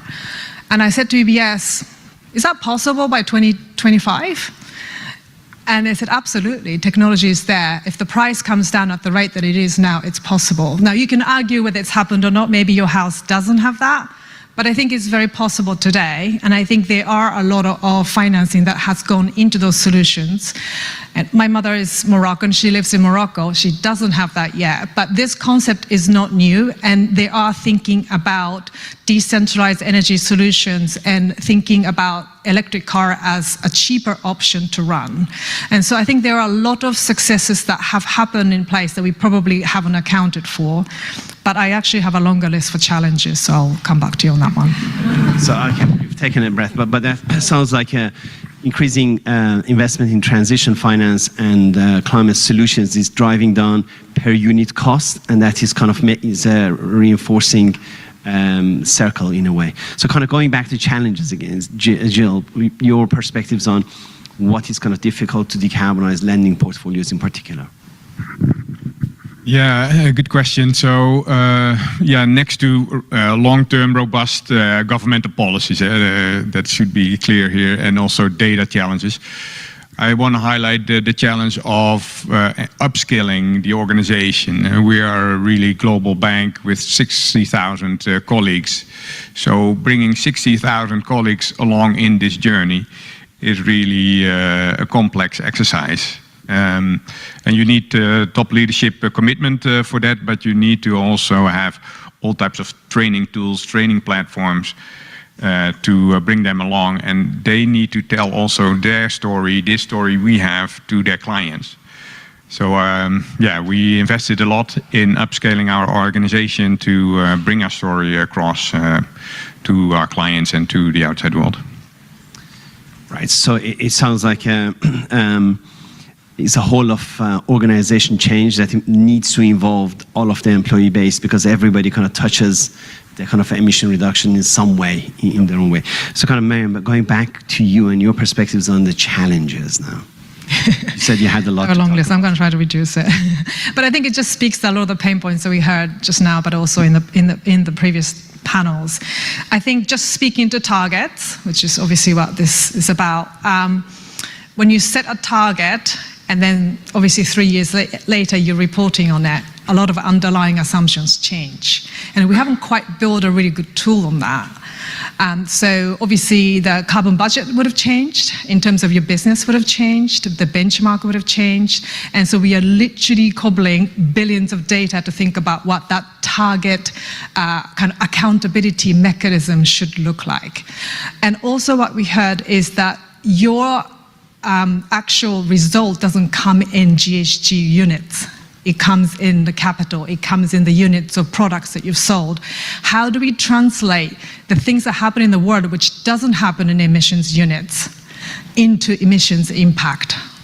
Again, without just drawing a kind of arbitrary line on that. So that's really important. We are capturing informations like capital expenditure, product, the solutions that you've created, how you really impacted your supply chains and your value chains overall, and then really have a holistic view of what have you done, what has transitioned, and again, back to my point, should you be attracting better financial terms because of the actions that you've taken, not just because you're in the tent. Right. Okay. So I'm going to kind of change gears a little bit. 62% of global emissions come from 23 emerging markets. And a lot of the actions that we talk about is in the UK or EU, maybe North America, but kind of looking more globally, how do we need to kind of drive down? What is it that the financial services industry can do to move the needle in emission reduction in emerging markets? And just to see the answer, I'm going to open it up to the panel, is that when we ask companies, why do you come and set science-based targets with us? We find that 69% of the people say that it's because our customers are asking us, and 25% say it's because our investors are requiring us to set targets. So I'm just going to open it up. I can have a go. Before I joined PAI, I spent 12 years at the World Bank. Very fortunate to have helped structure the world's first $1 billion green bond. And what I'll say is that in the developing world, things need to make economic sense now. And we've seen that happen around solar, for example, where you can, you go to a manufacturer in Vietnam or Bangladesh, and they already, if they could, had solar, or in Africa, where it's more reliable than the grid there, and also cheaper. In terms of the credit profiles, these are not businesses that can access green bonds, right? Very different credit profile to a German manufacturer. What I do think is important is the opportunities and alternatives such as blended finance. So there will always be a role, at least there should be right now anyway, for DFIs and the likes of MDBs, in spite of all this going on now, to work with the private sector to meet the needs of EM. Right. And David, from a kind of an asset, an investment manager and asset owner and an insurance underwriter, and what's your perspective? I mean, Aviva's exposure is not huge in this space, but certainly when we're thinking from that UNGC perspective with all those different companies, there's a lot of talk about global policy coherence, which we were talking about there. It's so important, that ability to bring the right bits of public sector financing to de-risk the private sector finance flows, localized, credible target setting, so that then you can have those tracking mechanisms to make sure that these are actually sustainable, hopefully, growing financial flows. If we can prove the value add, both from the climate side and the local and immediate development priorities. I think we should also be talking about resilience and adaptation here. Realistically, this is not just about mitigation. If we're talking about now, we should also be talking about how we unlock flows into adaptation and resilience too. Okay, fantastic. So we're coming towards the end of the panel, but I would like you to go around the panel, person at a time. What is your one takeaway that you would like to leave the audience with? Denise. No pressure. Value creation. I think that because we're so myopic generally as a society, people are only thinking about this evening. And I think if you bring an opportunity, people will say yes if it makes sense. And the incentives for management teams and boards is returns. So it needs to make economic sense. And so that talent part is really important. And I would say that's a major challenge, is having people who have the technical expertise in sustainability and commercial to be able to convey this message in the right way to the banks and the boards that are making decisions. Business value creation and economic sense. All right, David? Use your transition plan to build the capability and galvanize the whole organization from board to customer-facing staff. It's a massive opportunity. And the journey is often iterative and squiggly, but momentum really matters. Which is why I think I love when we get together, as many of us will be sustainability professionals, that we're talking with our head and our heart. We should be heartened by the progress and make sure we keep the momentum. Perfect. Ma'am, I'm going to come to you last for your reflections, but Jill, from a bank's perspective? Yeah, my message would be finance is your friends. Let's work together to decarbonize your footprint. So you're looking for customers here. So you know what you should do in the breakout session. And Miriam, your final reflections?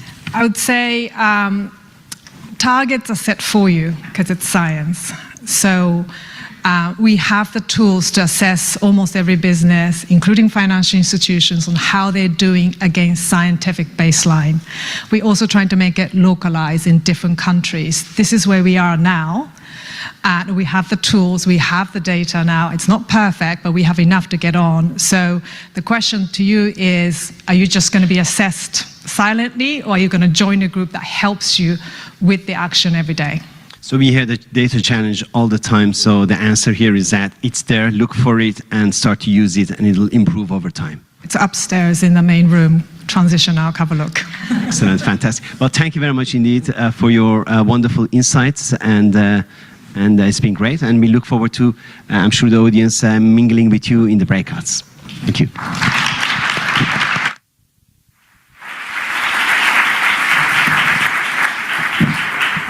Thanks very much, Pendar, and Denise, and David, and Jill, and Miriam. That was fabulous. The great thing about starting late was that Denise was able to join us. The bad thing is that we're way behind time. So 2 more things for you. Next up, we have a brief video from someone that doesn't need an introduction, so he gets a very brief one. No stranger to us, a brilliant business leader, investor, and philanthropist, Paul Pullman, is going to share some thoughts, and then we're going to hear some reflections again from David. So it's my last time standing here. Thank you all very much for your attention and your support, and I hope you enjoy the rest of Climate Week. Thank you. Well, hello everyone, and thank you for the opportunity to speak with you today. 10 years ago, the idea that thousands of companies would align their strategies with climate science was still a very bold ambition. Today, it has become a powerful movement. So first, let me say congratulations to the Science Based Targets initiative and to all of you who've helped make this possible. You're not just responding to the science, you're actually redefining what it means to lead. But let's be honest. We're in a moment where that leadership is really being tested. Many businesses made bold net zero pledges when the political winds were behind us. The economy was strong and climate action actually felt less controversial. But now under pressure, be it political, economic or social, we're seeing frankly too many starting to wobble. Some were perhaps not that committed in the first place. Others are giving in to short-term pressure. And still too many, I believe, seem to be lacking the courage that is really needed right now. This is the very moment that leadership matters most. Now, leadership is not just about polished pledges. It's about delivery, especially when the science is clear, but the path is uncertain and the stakes are high. Now, what excites me the most right now is not just the success stories from those leading, and actually the ones increasingly getting rewarded for that leadership. But what excites me the most is the increasing conviction, humility, and willingness I see from those willing to lead with long-term courage, despite the many pressures trying to pull us in the opposite directions. In fact, we are the first generation to fully understand the consequences of our actions, and also the last that can still do something about it. There are about 8 billion plus people here now, deciding the fate of hundreds of billions of people to come. Now that gives us both a burden and a gift. The burden of urgency and the gift of agency. Driving the systems changes needed is not just an option, it is the only option. And those who recognize this early once more, who invest not just in innovation, but in the invisible wiring of a better system, will not only build more enduring companies, they will also actively shape the next economy that we need. So I ask you, whether you're a CEO, CSO, a financial leader, or any other for that matter, are you leading for the next quarter or for the next generation? We only have a few business cycles left to deliver on the Paris targets. The clock is indeed ticking. Now, what are you doing to make this happen? That's why I believe that initiatives like the Science Based Target Initiative, although not always perfect, is so vital. In a world of noise and short-term distraction, this work actually grounds us in what often gets left out, the science itself. And here is the truth. Physical climate science doesn't bend to elections, market cycles, or media narratives. The science gives us a guardrails to keep 1.5 degrees alive, even if we temporarily might overshoot. And yes, to keep the Paris Agreement within reach. And every fraction of a degree matters. A 10th degree increase intensifies heat waves, shrinks crop yields, disrupts supply chains, aggravates water stress, and forces communities to leave their homes. And sadly, millions more, often again once more the most vulnerable, will pay an even higher price with their lives.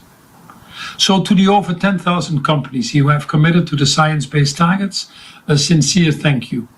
You're not just ticking the box, you're building trust, you're future-proofing your businesses, and you're setting an example for others to follow. And yes, you're supporting a world where people can thrive. Now, if you're not there yet, this is actually the moment to step up. There is no more time to watch from the sidelines.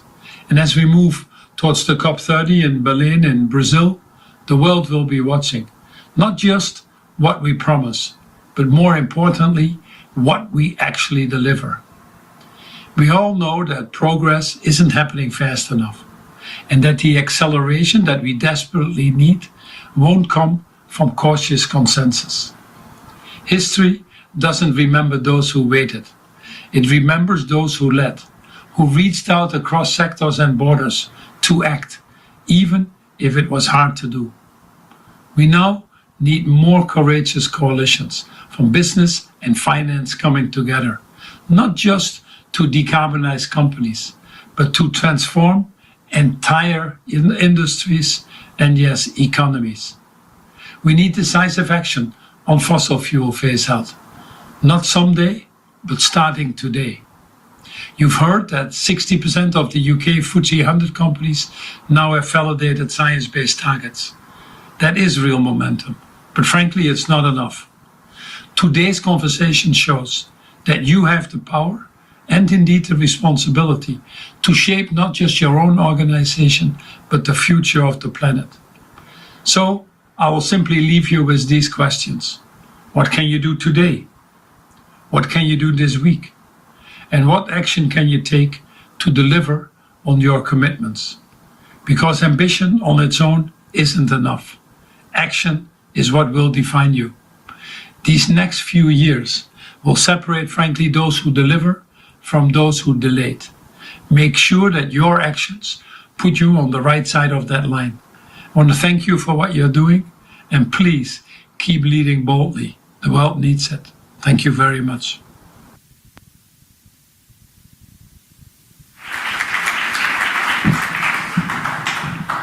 Okay, so bear with us for about 3 more minutes, and then I'm sure people have got lots of things to go off to.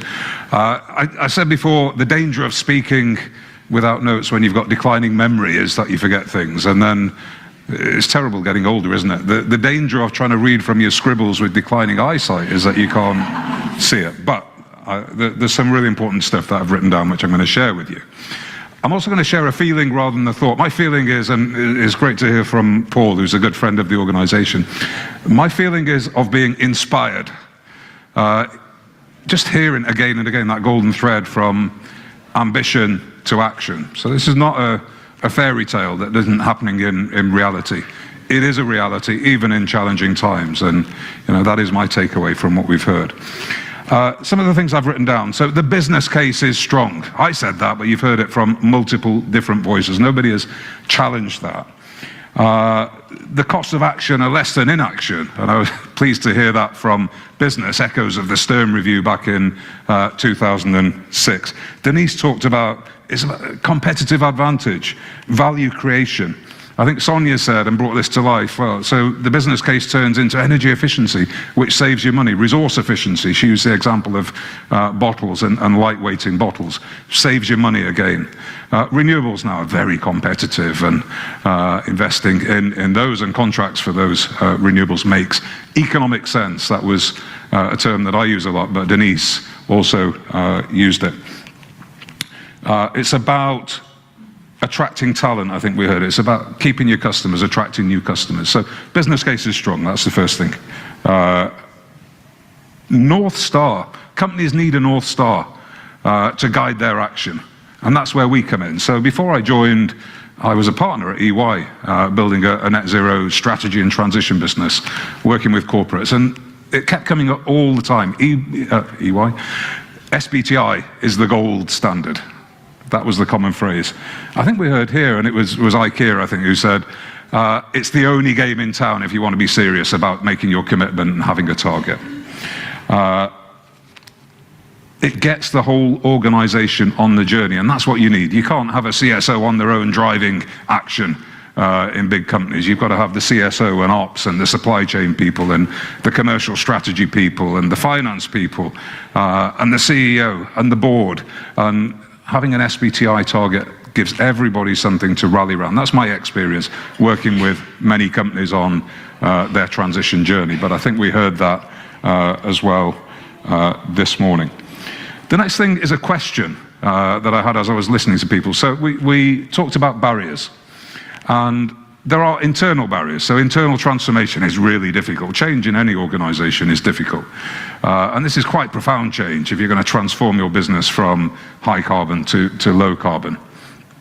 How can we help with that as SBTI? And I think that internal transformation is largely for companies to do. We're not going to get involved in the internal mechanics of companies, but the way that we frame our standards can help that transformation because it can make it meaningful and practical. And that's about how do you translate the science into things that companies can do. And we are working increasingly with companies on that.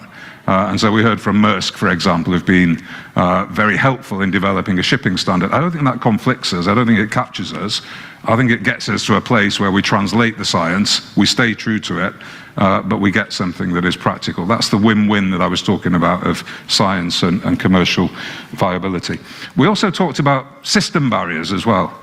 And those system barriers can be technology, I think we heard, and they can be policy, was what David from Aviva said. And this question for me, we're not going to be a big policy advocacy organization, but is there something we can do that is on that implementation journey as SBTI? So we don't say, bye, you've set your target, see you in 5 years. Can we keep that relationship going?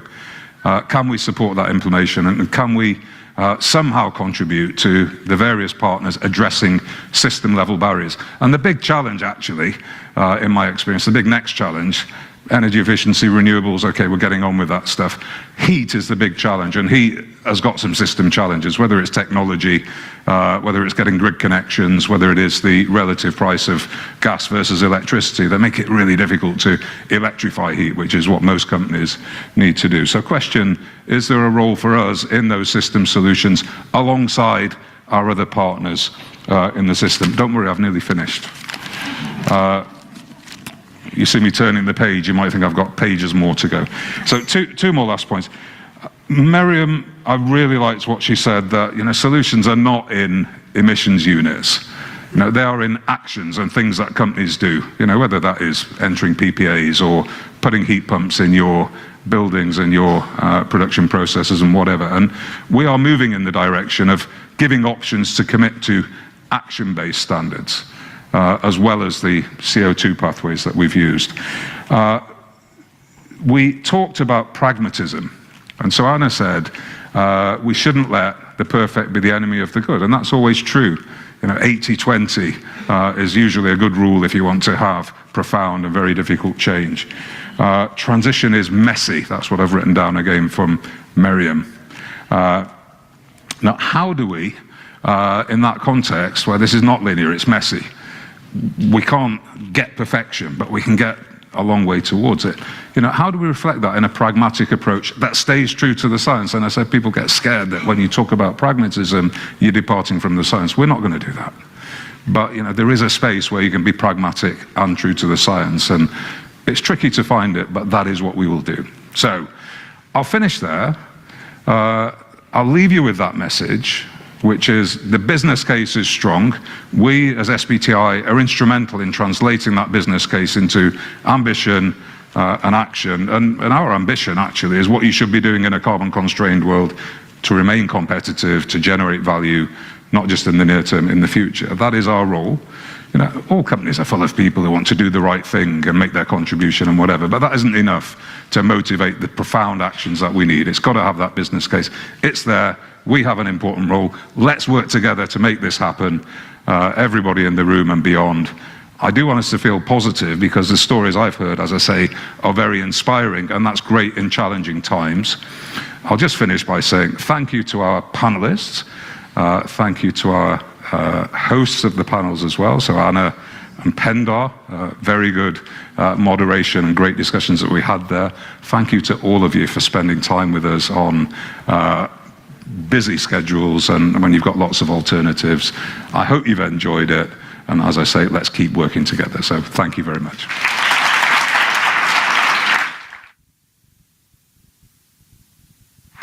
I've forgotten something. Thank you to Steve for brilliant comparing of the event.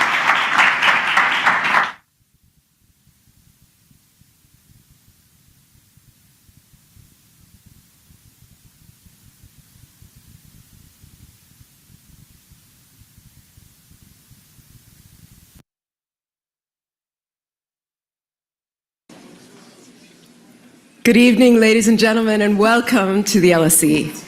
My name is Nava Ashraf, and I'm Professor of Economics here, and also Director of the Altruistic Capital Lab at LSE, where we're building a global evidence base of what enables individuals and communities to flourish. I'm very pleased to tonight have the role of welcoming John Cassidy to both our online audience and our audience in the Old Theatre at this event that is hosted by the Program on Cohesive Capitalism. The Program on Cohesive Capitalism at LSE is a major new initiative aimed at shaping a new political economy to serve the common good. It's a real treat to have John Cassidy with us tonight. He's been a staff writer at The New Yorker since 1995. He writes a regular column that many of you have probably read on economics and politics called The Financial Page, and has written many long-form stories as well on how markets fail and how America lost its mind and money in the internet era.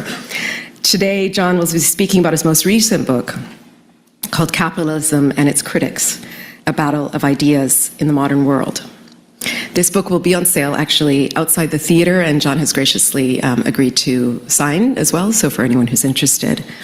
As we can just imagine, and we'll talk about in the Q&A time, this is a really important time to be having this conversation, and that's why John was invited here today, and I'm really looking forward to the questions that you might have. So John's going to speak for about half an hour on the book, and then he and I will have about 15 minutes of Q&A, and then we're going to open it up to both the audience that's here and the audience that's online. Please send your questions to the Q&A feature that's on the screen. I will be picking them up in the iPad and then calling them out. Okay, so without further ado, welcome, John.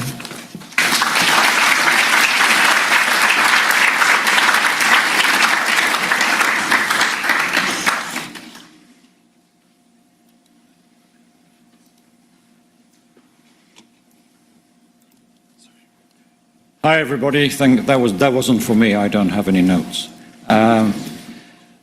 I'd like to thank LSE first for inviting me here. Last time I was here was actually 15 years ago, I realize, when I wrote my previous book, which was on the financial crisis and the sort of economics behind it, called How Markets Failed.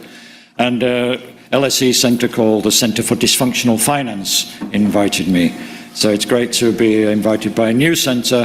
There's always dysfunction in capitalism, of course, and good to see that LSE is responding to it in this new political economy programme.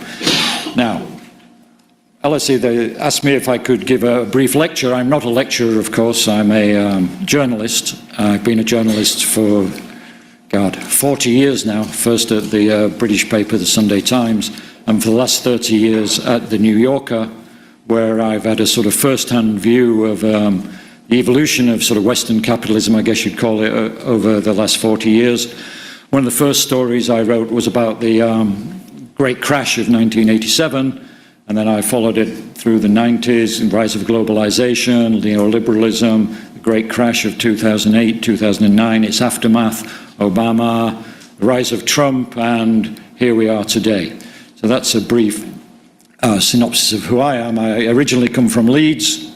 I'm a scholarship boy from an Irish working class family, and I got a scholarship to Oxford and then got another scholarship to the US. So I was basically a product of the British post-war welfare state, a sort of Keynesian social democratic experiment, which at the time didn't seem like an experiment, it seemed like a permanent fixture of the world. How permanent it is, or how permanent it could become in the future, of course, is subject of the book and the themes running through it. The idea for this book came in 2016 when I was covering the American election. And at the time, you'll recall, Bernie Sanders was running from the left with a left-wing critique of global capitalism, and Donald Trump was running from the right with a right-wing critique of global capitalism. And at the time, most journalists, and I think most political commentators, wrote them both off initially as sort of extremists who wouldn't really make much headway. I remember telling people, you know, Trump, I think he's got a chance, and people laughed me out of court. And then, of course, what happened is Bernie nearly won the primaries. There was a sort of, shocked Hillary Clinton, and Trump swept the Republican field and basically conquered the party and has dominated it ever since. And it seemed to me then, at that time, that this wasn't, as I say, not just a one-off, a product of disaffection with Obama, but really it was something deeper. There was an emerging sort of crisis of confidence, or even a crisis of legitimacy of the economic system of the sort of neoliberalism, whatever we want to call it, the post-Cold War system. So I thought, you know, there's probably a book in that somewhere. How am I going to do it?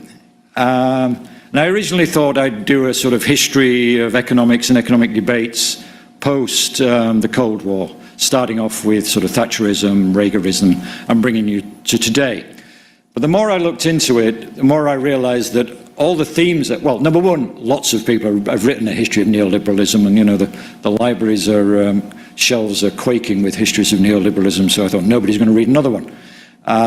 Secondly, I thought that's not going to be the most interesting book, because a lot of the themes which you have to, if you're going to write a history of neoliberalism and how it got in trouble, lots of the themes which you have to address, like globalization, wage stagnation, climate change, labor displacement, sweatshops, things like that, all actually go back to the origins of capitalism, or industrial capitalism.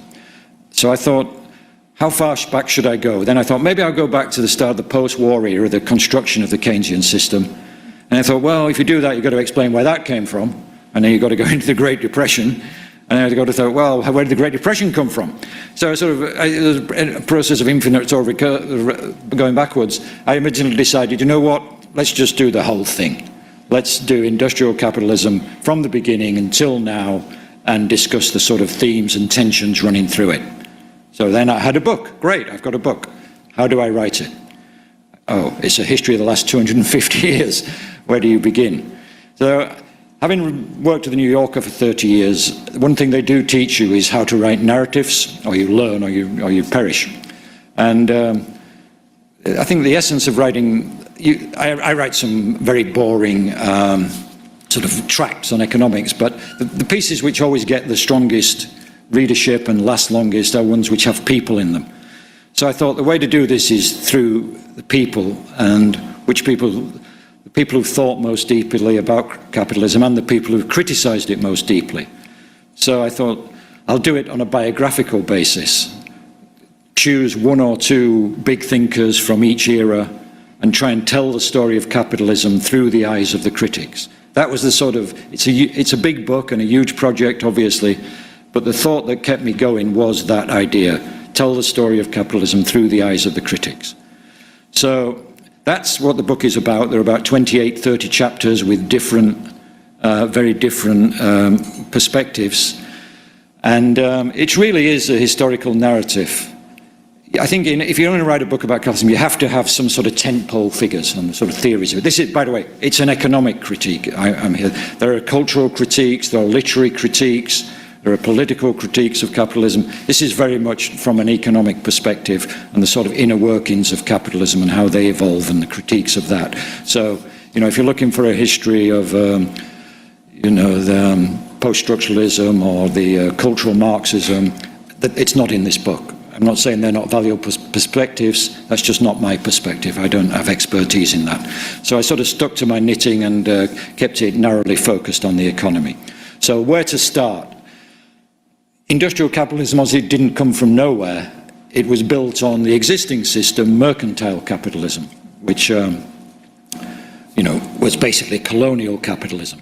So I started with that. The first chapter is about a whistleblower from the East India Company in the 1770, who came back to London and wrote a tell-all book because he'd been fired by the company. The East India Company, I'm sure you know, had a monopoly of trade in India and all places east of India, made a fortune for the people who worked there and a fortune for the company. It was a global multinational corporation with a headquarters in the city of London.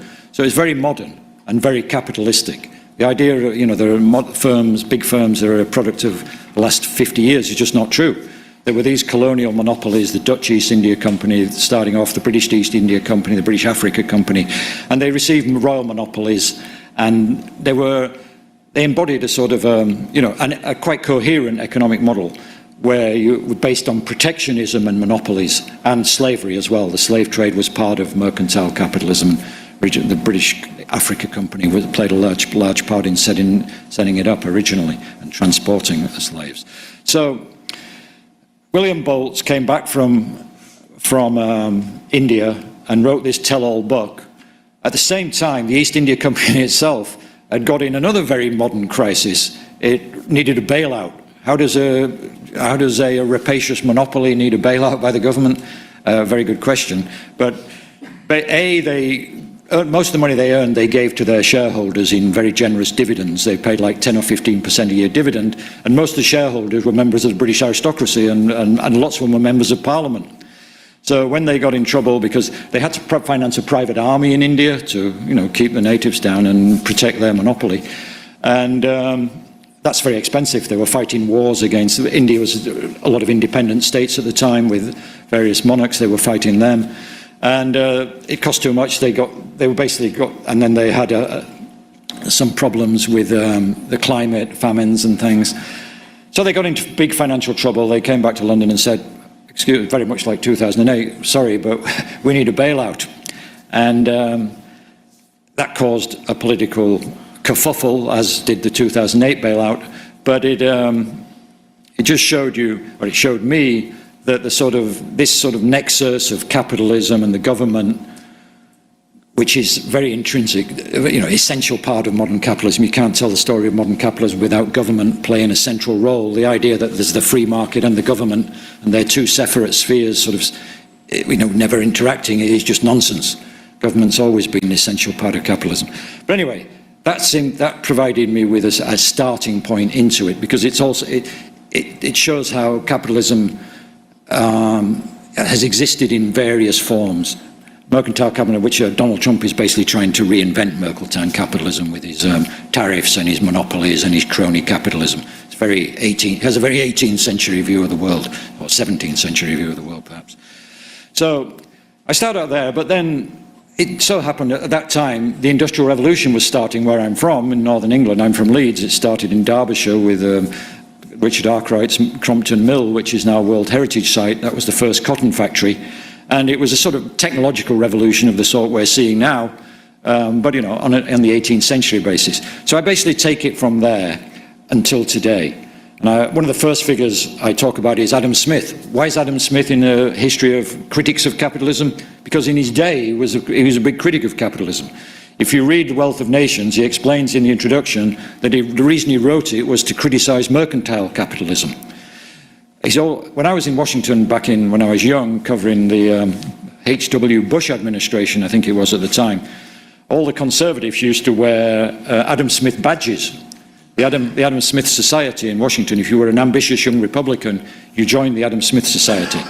Conservatism was then associated with free market conservatism and the Adam Smith view.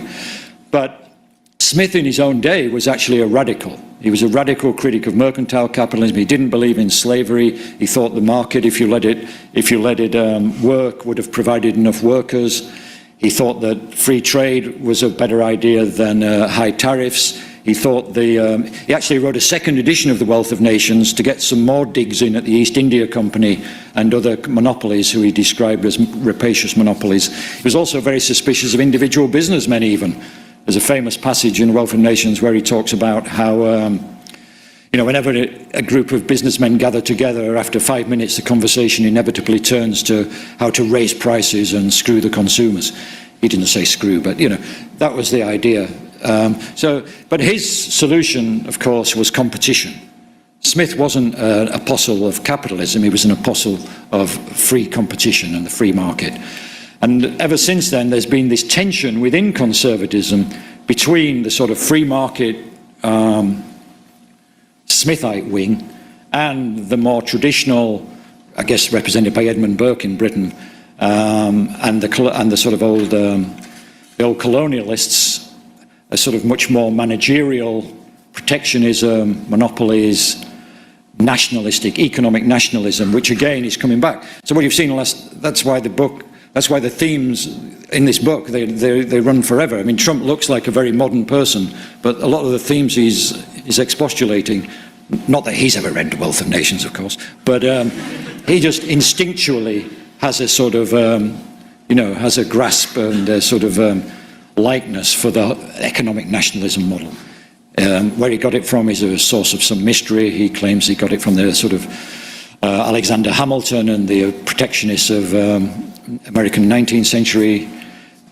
Some people suspect he got it from Hitler, and autarky. But wherever he got it from, it's an instinctual thing to him. So anyway, so I start off there, and then I try to tell the story, of capitalism spreading out through the world. Of course, we start out in the UK, so the first few chapters are about the British Industrial Revolution, and I start out with the Luddites. Again, very modern. They were being displaced by technology. The AI of their day was the steam engine. They were artisans. They were well paid for their time, and suddenly their existence was threatened. Not just threatened, in the case of the handloom weavers, for example, was taken away from them.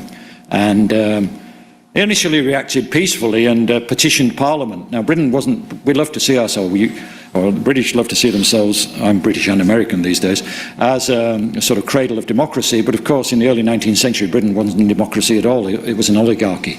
The vast majority of the population didn't have a vote, including virtually all the north of England and the new cities like Leeds, Liverpool, Manchester. So a lot of these artisanal workers actually, they did what good liberals would do. They raised a petition and they sent it to Parliament saying, look, these rapacious capitalists are introducing these new machines and they're throwing us all out of work. And, it goes against the natural reciprocity and goes against in the sort of feudal system, the post-feudal system, artisanal workers were protected. There were restrictions on entry, there were restrictions on what sort of new technology you could introduce. That was all thrown out in the Industrial Revolution. So Parliament washed their hands of it, of course, and said, we don't want anything to do with it, tough luck. And that's when they started machine breaking and the Luddite riots of sort of 1810 to 1815, which produced mass repression by the government. They actually hanged some of the Luddite leaders, imprisoned a lot more, sent some of them to the colonies, penal servitude, etc. Very brutal repression, but it did succeed in putting it down, and sort of industrial capitalism was given life. So I take it from there through the sort of first critiques of it, what Marx and Engels call the utopian socialists, I tried to resurrect William Thomson, who was actually an Irish laird, but was the man who invented the term surplus value, was an early socialist, and actually gave the first utilitarian argument for socialism, based on the idea that, I don't know if you are economists here, but he basically made the argument that as you get richer, the marginal utility of income goes down. So if you want to maximize everybody's utility, you need a flat income distribution. He didn't put it in math, but it's exactly the same argument people later on used for sort of justifying equality from a utilitarian perspective. Anyway, he was a very smart guy, completely ignored. But the other side of that movement, the cooperative, he was part of the cooperative movement, another sort of forgotten part of early capitalism, with Robert Owen, who was more famous, the wealth industrialist who set up the new Lanark plant, which was a sort of model of sort of capitalist factory production, which didn't exploit the workers. He created new buildings for them. He created a factory shop where they could buy food on a reasonable basis. So people came from all over the world. He then got even more ambitious and tried to set up these new model communities. He couldn't do it in the UK, so he moved to America and set up, the new Heart Foundation in Indiana. And it failed in a couple of years, as did Thomson's attempts in England and Ireland to set up similar communities here. The co-op, of course, have cooperative shops, and my cousin who is here, I don't know, are you still chairman of the co-op? We have the chairman of the co-op here. So the movement survived.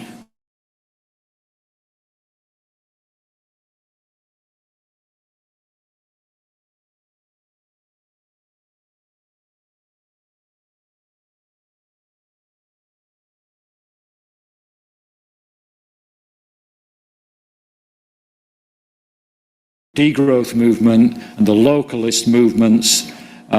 People, I think that's the idea of setting up local communities which are somehow disengaged from global capitalism, which was the original idea for these communities, is making a comeback in some ways. So again, that's another theme which sort of was forgotten and runs away. Anyway, then I move on from there to Marx and Engels. I give a sort of potted version of their theories, very much based on my reading. One of the things I did in this book, my only rule was don't rely on other people.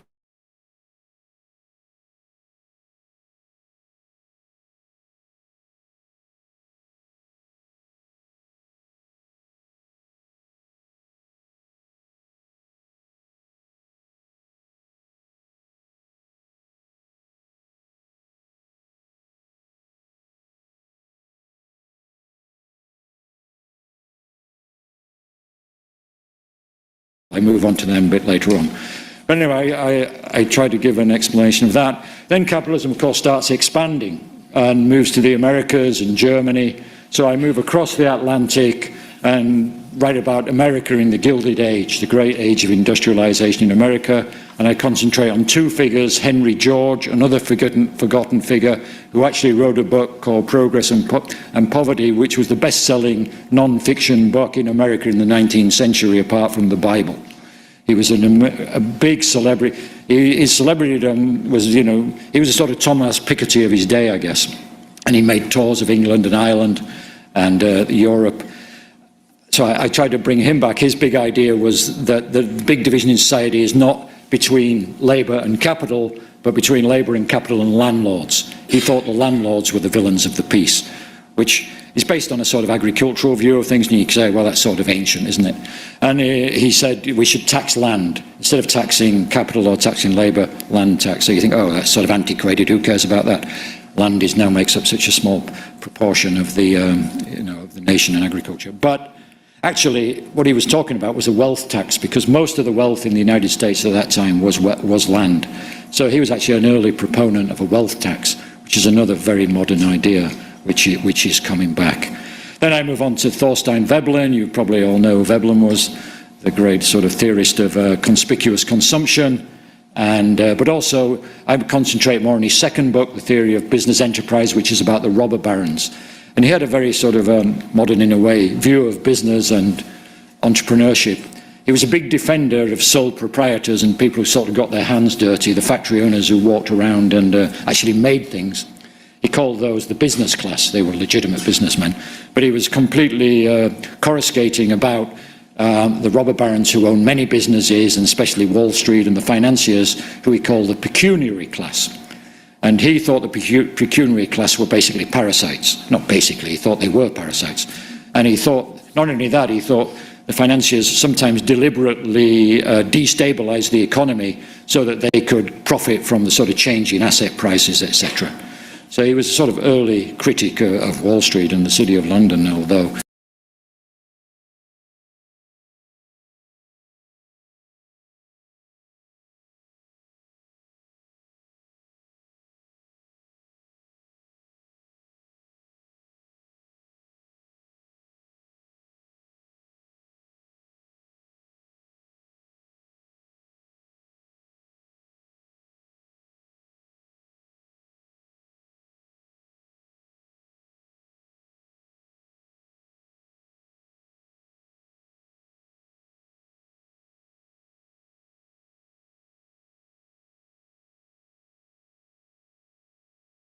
Rosa Luxemburg, who is my other, one of my other subjects, they picked it up, and their theories of imperialism largely regurgitate actually a lot of what John Hobson said.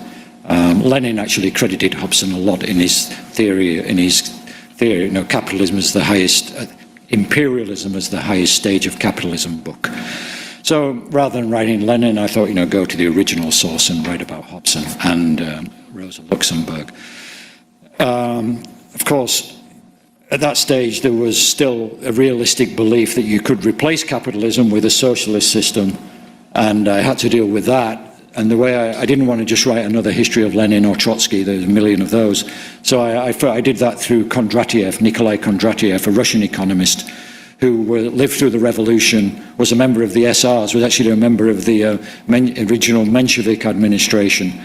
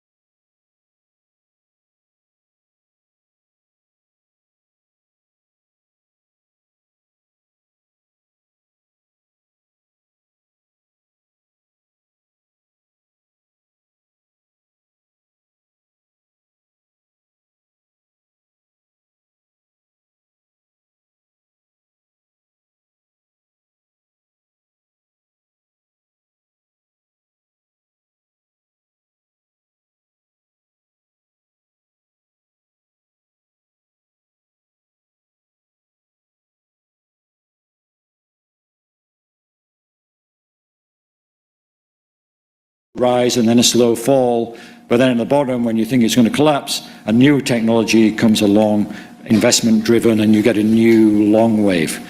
Modern economists debate till the cows come home whether that's, you know, accurate or not, but I think there's some underlying truth in it. But the Bolsheviks didn't, and they locked him up. When Stalin took over, Kondratiev was locked in jail for 10 years, and then he served his time, and instead of letting him out, they tried him again and shot him. So that was the end of Kondratiev. Again, in the book, you know, capitalism can seem, the study of capitalism can seem like a very sort of abstract academic pursuit. I tried in this book to make clear that, you know, it's much more important